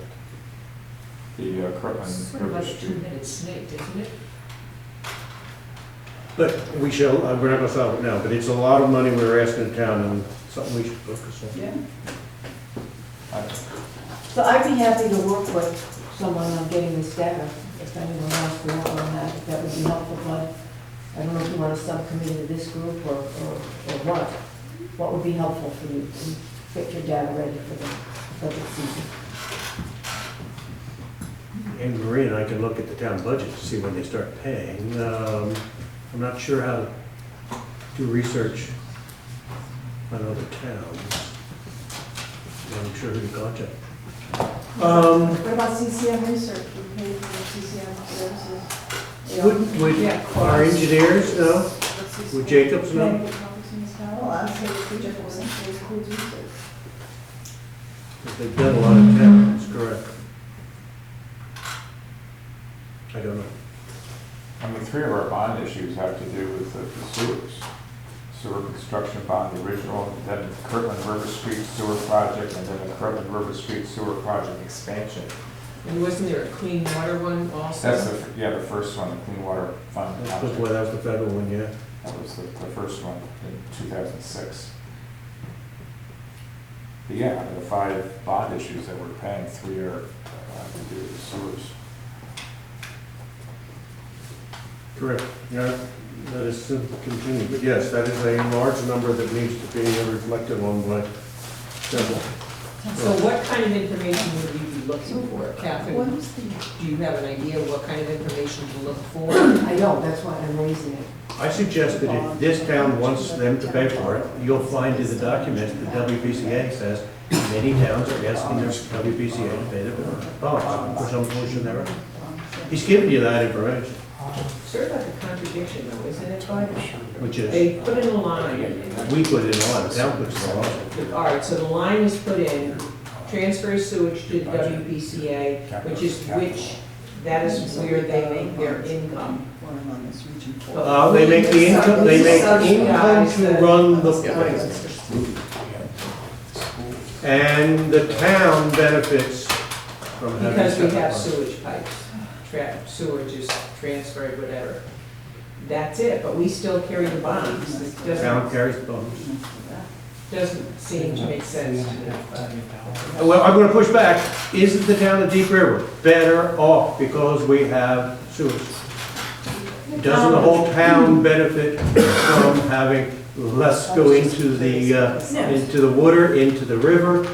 Isn't the whole town better off? Don't we have more economic development because we have sewage? Could you not make at least a beginning argument the whole town benefits from this? It does, but is it the cost the town is paying in proportion to the benefit it gets? That's the question. Should it be shared, should it be over there altogether? And since we have all these haulers coming in, the haulers keep down the cost for those people who are on the sewer line. That number has not gone up, as you heard Pete say, in 20 years. Haulers have kept it down to those who are on the line. We are one of the lowest annual fees, say those to me.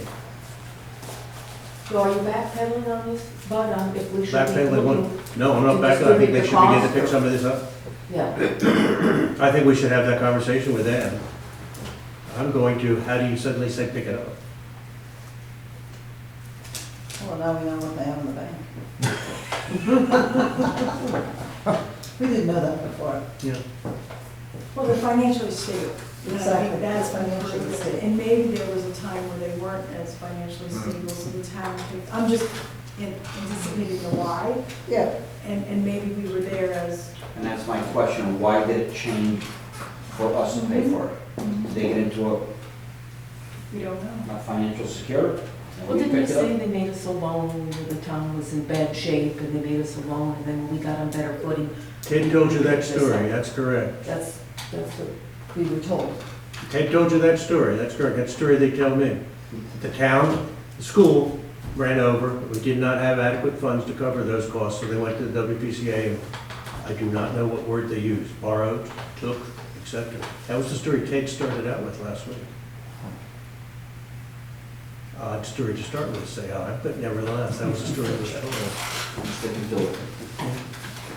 I don't know the answer to this. I think they should pick up some of the cost. I'm slightly concerned we have them pick up all 300. Those who are on the line are going to have a substantial increase.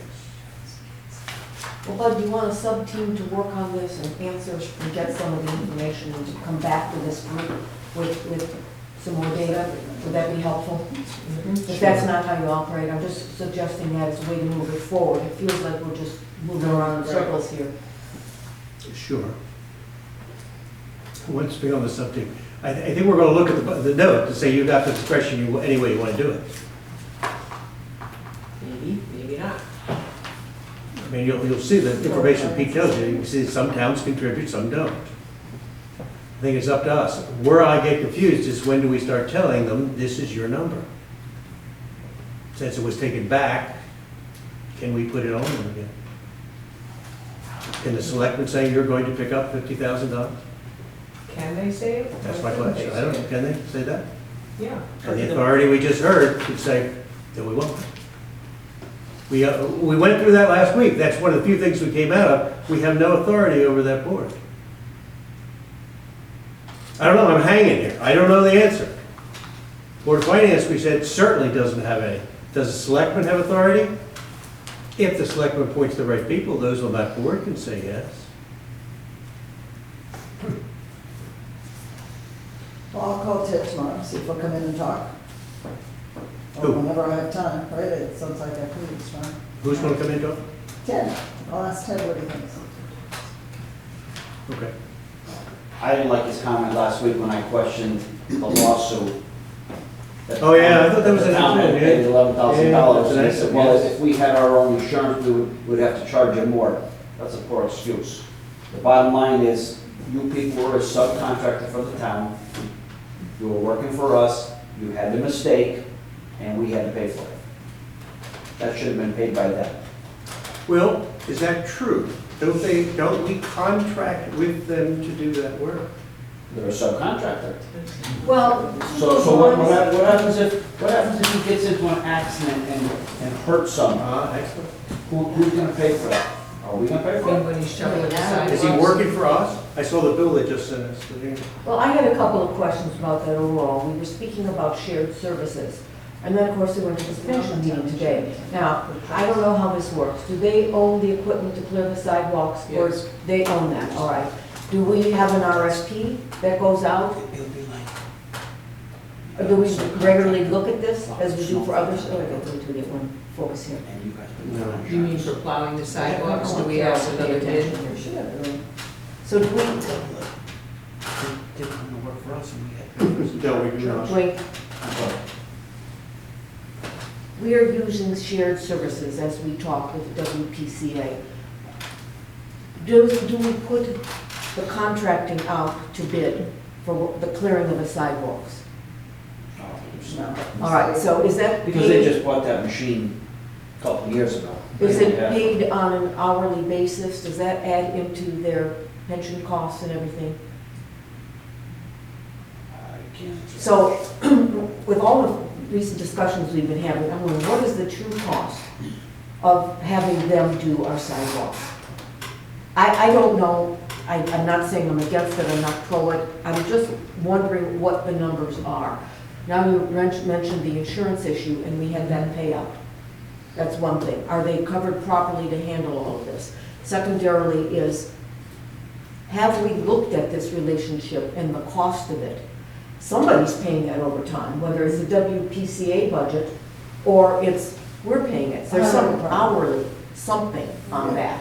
So if that then adds all up, should we be looking, I'm repeating myself, should we be looking at this on a regular basis and putting it out to bid to see if we have the correct cost for clearing out those sidewalks? We know it's been going along swimmingly for a long time, but I'm wondering at what cost? I hear you and I agree with you, but I remember Jane did say we're very lucky to have a town and a community that helps each other out, right? She said we have great No volunteerism. question about So I that. think it's like a fine line. She was kind of saying, give and take, right? It's a slippery slope, just But they are getting compensated for it. Correct, and I'm just saying that. It's not a shared service, really. We are paying for that. We could be paying another enterprise to do that. If it's all costs equal, or even a little marginal difference, I'm all for it, because they do a terrific job for us. I just don't know, and I don't know if any of us know, what is the cost of that? At what cost are we getting that service? I don't know. Well, you wouldn't get a contractor to come in here and do it cheaper than what they are, for one. Second, you couldn't have our town crew do it because A, we don't have the equipment, and B, they're busy doing their normal safety for the town. So for what they do for us and the small amount that they charge us, I think it's a good service. Just that I was hung up on us having to pay that $11,000. That's the only thing I'm But wrong you're- on. But what we I'm all get- for looking at it regularly. What we and get for them if to it's- come and If it ends up being true, clean it's Main great. Street, I think it's great. And is that what the $30,000 addresses or $35,000 addresses? No. No? No, What they is buy that? 35, they buy accounting and tax and comments. Administrative service. And distributing bills. So the WPCA pays us, the town. So when Kate sends out the bills, or Anne Marie does her bookkeeping for them, that's what that money goes to. Correct. Tell me investor money. So they do 30, I don't know what the number is, 30 or 35,000. They do that number of hours of work to pay Anne for Marie 30 or is looking, I've asked Anne $35,000. Marie to look into that kind of thing. I don't, well, is there a tracking, you don't have a tracking system? No? Her new computer system, she will. I think that question came up, is that too much or too little? And I think in fairness to both sides, we need to know how it's being allocated by time. However it's measured, we have to qualify the time. Yeah, like if it takes her 10 hours to process their Right. stuff, But if it it's, takes, but they may be paying us too much. I mean, it was decreased by 5,000 last year because of the lack of some concerns from what I understand. So I think it's only equitable that that gets researched and really reality of what that number stands for. Yeah, Pete did bring up a billing, right, he brought up the billing and how for years the prior person was letting things go, right, not doing their job, and Angus kind of let it go, right? Didn't he bring that up?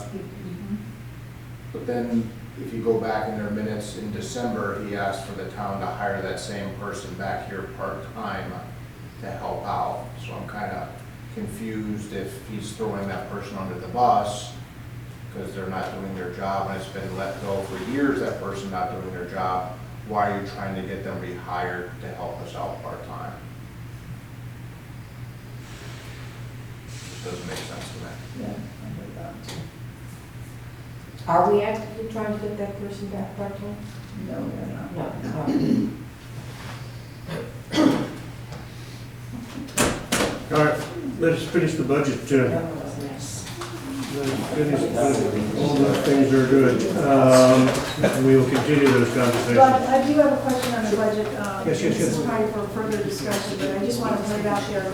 We spend pretty much close to $500,000 on insurance a year between medical, liability, workers' comp, et cetera. I'm suggesting that consideration of a committee be put together and we look at the coverages, deductibles, and maybe consider some alternate quotes this year to make sure we're getting value for what we're paying for. That's a lot of money, and from what I understand, the town has not gone out to bid in a number of years. Maybe Stan can correct it if I'm wrong, but I think it's important. That's a lot of money to not know for. I go out to bid every year for my own personal insurance. Are you talking health insurance, Carol? Health, Vehicle. property, vehicles. Because health insurance, we used to be part of the teachers, right? The teachers, and we went to the state 2 years ago. And I think we saved some money when we went to the state, because of the fluctuation of the claims were killing us, because we're tied into teachers. The health insurance actually does get collected every year. It does? Great, I believe so, in talking with Darlene. Okay, Darlene, we just met with her a couple of maybe a month ago. Yeah. She was gonna go out and shop some stuff for us or Yeah, something. and Yeah. obviously it's cost benefit analysis, and she said it is pretty hard to do that state partnership plan. Pete Lewis also shared with us that they are coming off our policy as, for, I believe, like his 7/1. insurance and vehicle They said insurance. they were going to be, so that should impact our budget in a positive, right? So I just want to share that. What's your introduction, who's coming on? The WPCA was going to be securing their own insurance. That was, everyone heard the same thing. So that would impact us, but I think kind of looking at where our deductibles are and just kind of going through that process, I think will be important in budget season. Things could stay the same, but that's a lot of money to not It is take indeed. a look under. Are we gonna form a committee? Did I miss It's that? just a suggestion, it's really up to Carol, if you can think about it. I don't think it's something that the Board of Finance would do, but. Let's glance down at capital, which is sort of confusing. Is it confusing? I don't know if it's confusing. What do you say? Yes, but it is confusing. The salary study, $300 hangs there, which, Where are we now? the capital. Six. Well, we should comment, elementary school, the elementary school is way 65, that's 65% of their budget left. And elementary, capital is generally spent, elementary capital is spent in summer months, so that will go. Region 4 is a relatively straight line number, they just call upon what they, in their budget once a month. So nothing exciting there. General capital, not sure, we got that salary study, which we authorized a couple of years ago. And why do we put it, why is it here, or is it still mystery? You can hide behind mystery. Well, it's there because it is an expenditure related to the salary study. I personally feel that the way that the networking budget has been presented is not the most accurate, Okay. if that makes sense. And by that, I mean, perhaps these projects that span over multiple years, that original approved dollar amount isn't taken into consideration. I thought that was the whole concept of this capital account. We had it approved several years ago, we could spend it over the amount of time it took. I agree, but in that case, it should be in its own separate fund and not in the general.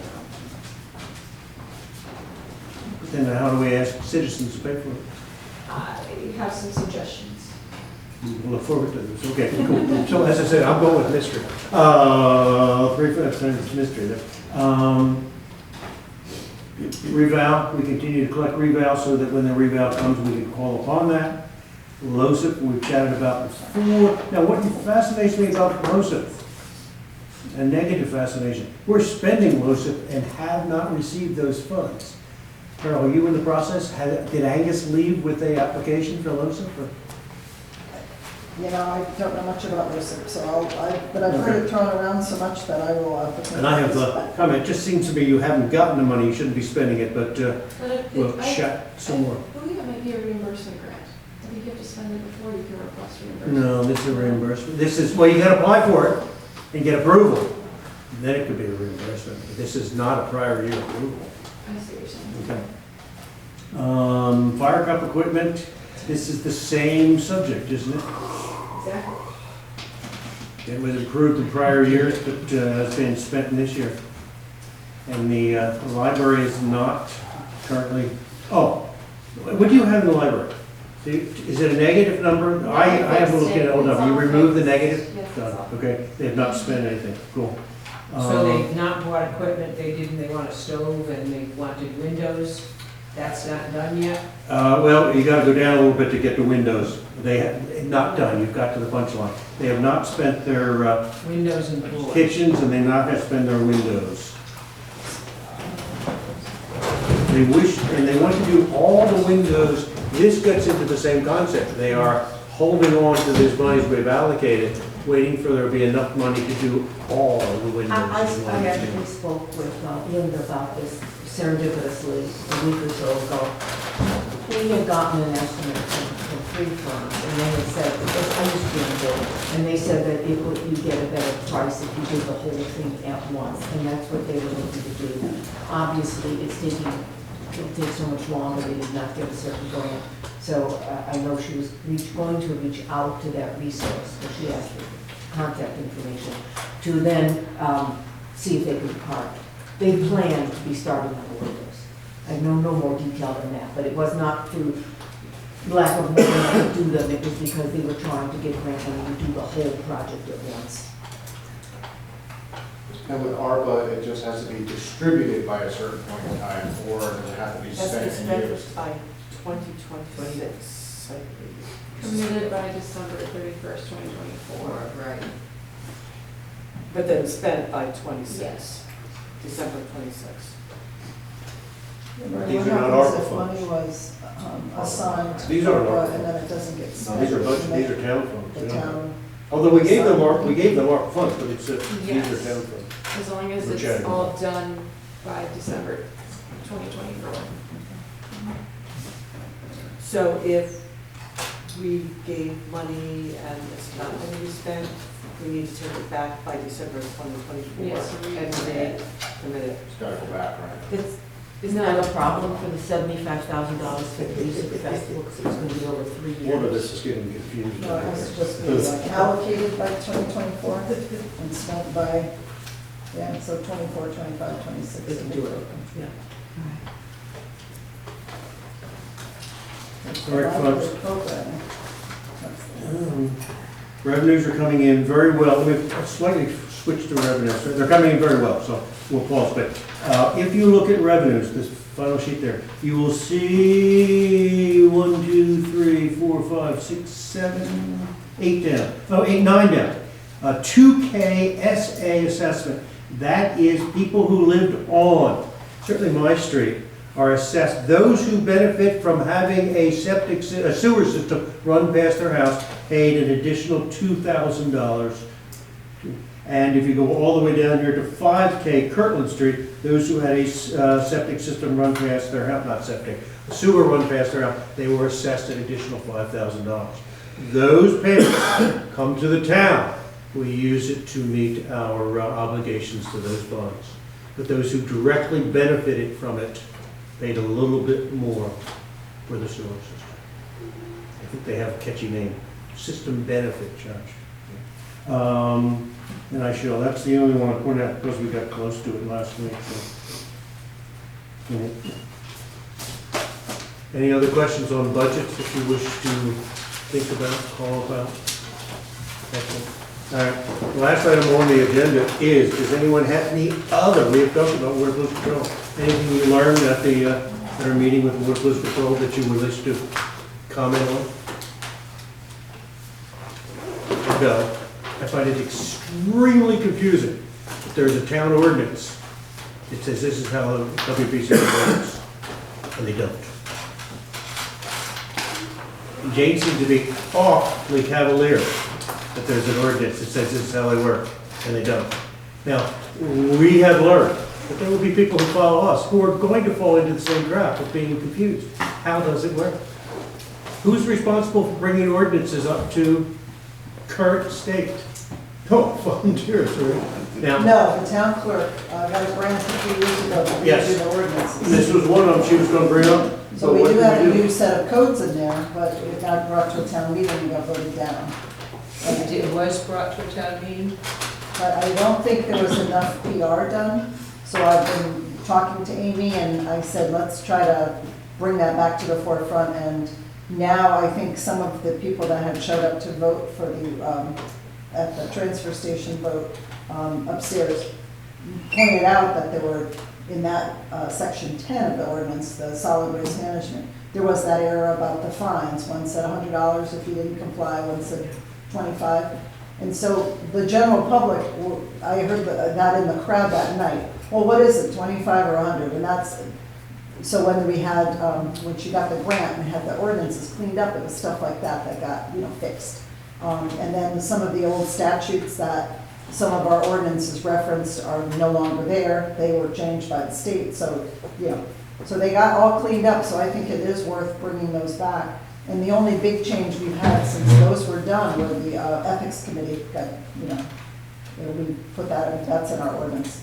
But we can update our new ordinances pretty easy now that that is all cleaned up, that document. But I think if we can start getting that out into the public so people will know, here's what the original ordinance said, here's what the cleaned up one was, come in and look at them. Because I think when she just presented it without a lot of public input, people thought we were pulling the wool over their eyes, and there must be, people just didn't want to vote on a whole new set of ordinances without reviewing them, But it was just to clean it up, so. I will check tomorrow to see if that was cleaned up. The The story WPCA. that either you told me or Amy told me, citizens did not wish to have ordinances changed unless it was looked at by our town council. And our town council said they would do it for $15,000. So there's an incremental cost. It is I guess it would be Jane Marsh. Yeah. But I think maybe because that was the only, there was no other public, there was no other PR done to it. You know, it was brought up at a couple staff meetings where I got this grant, this is what I'm working on, and we all said, oh, okay, you know. And then all of a sudden it was at a town meeting and people were like, wait, you know. Did it actually go to a town meeting? I thought it just went to a selectmen's meeting. Okay, cool. Oh, maybe it was just selectmen and they put it in the background. But, Certainly, so it is I'd like to see worth that one pulling out, and updated. I think stuff like the WPCA, that all got corrected when they went over the code. I think there's things in that ordinance that really make sense, but, I mean, how did we leave last week? That it was just, If they want to be nice and adhere to it, then they can ask. Yeah. There's nothing to force them. that's my thought, we ought to clean that one up, but yes. I think she recommended not. She did, and she could be rather cavalier about it. Well, she said we could put a note to the effect that What does state that mean? statute rules. The town clerk puts a note, we can all, we put notes too. I felt it was, that was quite different from, and at the very same time, there was a P and Z meeting going on where they were discussing making a change to the ordinance for there. So they should change the ordinance, which is still state statute applies, but we shouldn't change the ordinance. It just didn't feel like there was uniformity in the rationale. No, I felt very She also uncomfortable. said that they were sort of feel-good things that didn't, they were just to make people in town feel good, but they didn't hold any water. So what's the point? What's the purpose? Why do we have them? If we're governed by state statute, why do we have to bother with town ordinances if we don't do anything? Well, you're governed by state statute unless you have a town charter.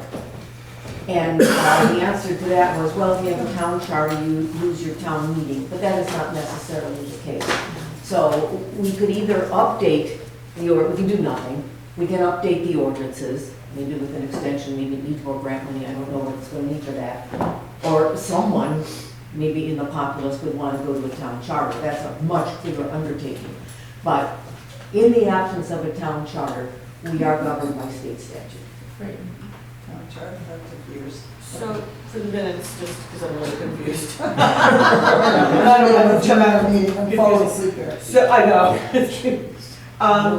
So the plan is to take these cleaned up ordinances, get them sort of publicized a little bit more out to the town, and then take them back to a town vote?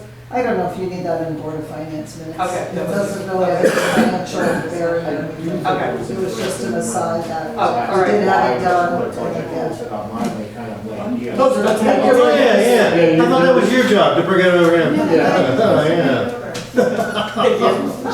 Just by assumption. Yeah, it's not mine. Yes, they did, or Dick certainly did, yeah. I have a question about the WPCA. It's classified as a number 3 plant. Do you know how that happens? I do not. Carol has done some work with our Town engineers on engineer that. said it was a 3. I think it's based on the flow and all that kind of stuff. It is based on the flow and the population of the town, which seems like they would logically go together. So maybe with all the trucks hauling in, they can figure out how many tanks got pumped and equate that to people, extrapolate backwards and come up with a use for gallons or something. So we have no need to be concerned about the Mallardin study and the statements made there. questions. It almost seems like why were they even in there? They're not part of the town, right? But they're in the union. Who? All the WPCA people are in the union. Pete is the chairman of the union. They're negotiating salaries. But he's not an employee, we don't pay his salary. He's president of the union. And all those people are in the Is union. that kind of a conflict of interest? I'm not a lawyer, you know, and I don't play a lawyer on TV, but it certainly would suggest that. But yes, yes. Yes. But they did agree to start submitting their budget so we can attach it with the other budgets, correct? Yes. That was a great, and I mean, we're getting off subject. What if they had their public meeting at, required public meeting at one of our Board of Finance meetings? I didn't hear what you just said, I'm sorry. They're required to have a public meeting to get public input on their budget, so the board can hear what the public. What if they had that at one of our meetings? I mean, you're suggesting, is that what you're suggesting? I'm just having a conversation with anyone who's tolerant. I thought that the Yeah, directive some of the state suggestions, statute was just that the they last post night. their budget. What it says in the ordinance. And we're somewhere in, give me a phrase, we're in limbo on whether the ordinance applies or not. So then to address Catherine's suggestion that there would be a group of 1, 2, or 3 people who do some research about finding out some answers, some education about. Carol said she just raised her hand, she's responsible for, What am I There you doing? go, Carol. One more thing to add to your load, huh? What were you talking about? Find out more information about ordinances and state statutes and the who's and the whats and the whens and the wheres and the whys I'm just going to regarding leave the that WPCA. all the research I've done, the WPCA is an authority. It falls under the state statute. So I think you're just keep kicking this thing down the road. I think you gotta let it go. That's my opinion. And the state statutes direct us to do what with the WPCA? That's correct. Nothing. No budget posting, no carrying of bonds, that sort of thing. How does that solve itself? Well, I mean, they report under the state statute, so I mean, we can ask them to do things, but they don't certainly have to do anything. Like you can ask them to post their budget. We did, they said they would, so, I mean, I think they would like to work with the town. I've talked to Ted, I asked him if he'd get the cars marked, he said, yeah, I could do that, I could get back of that. So I think they wanna, because now everybody's directing their attention on it, they do seem like they wanna work with the town.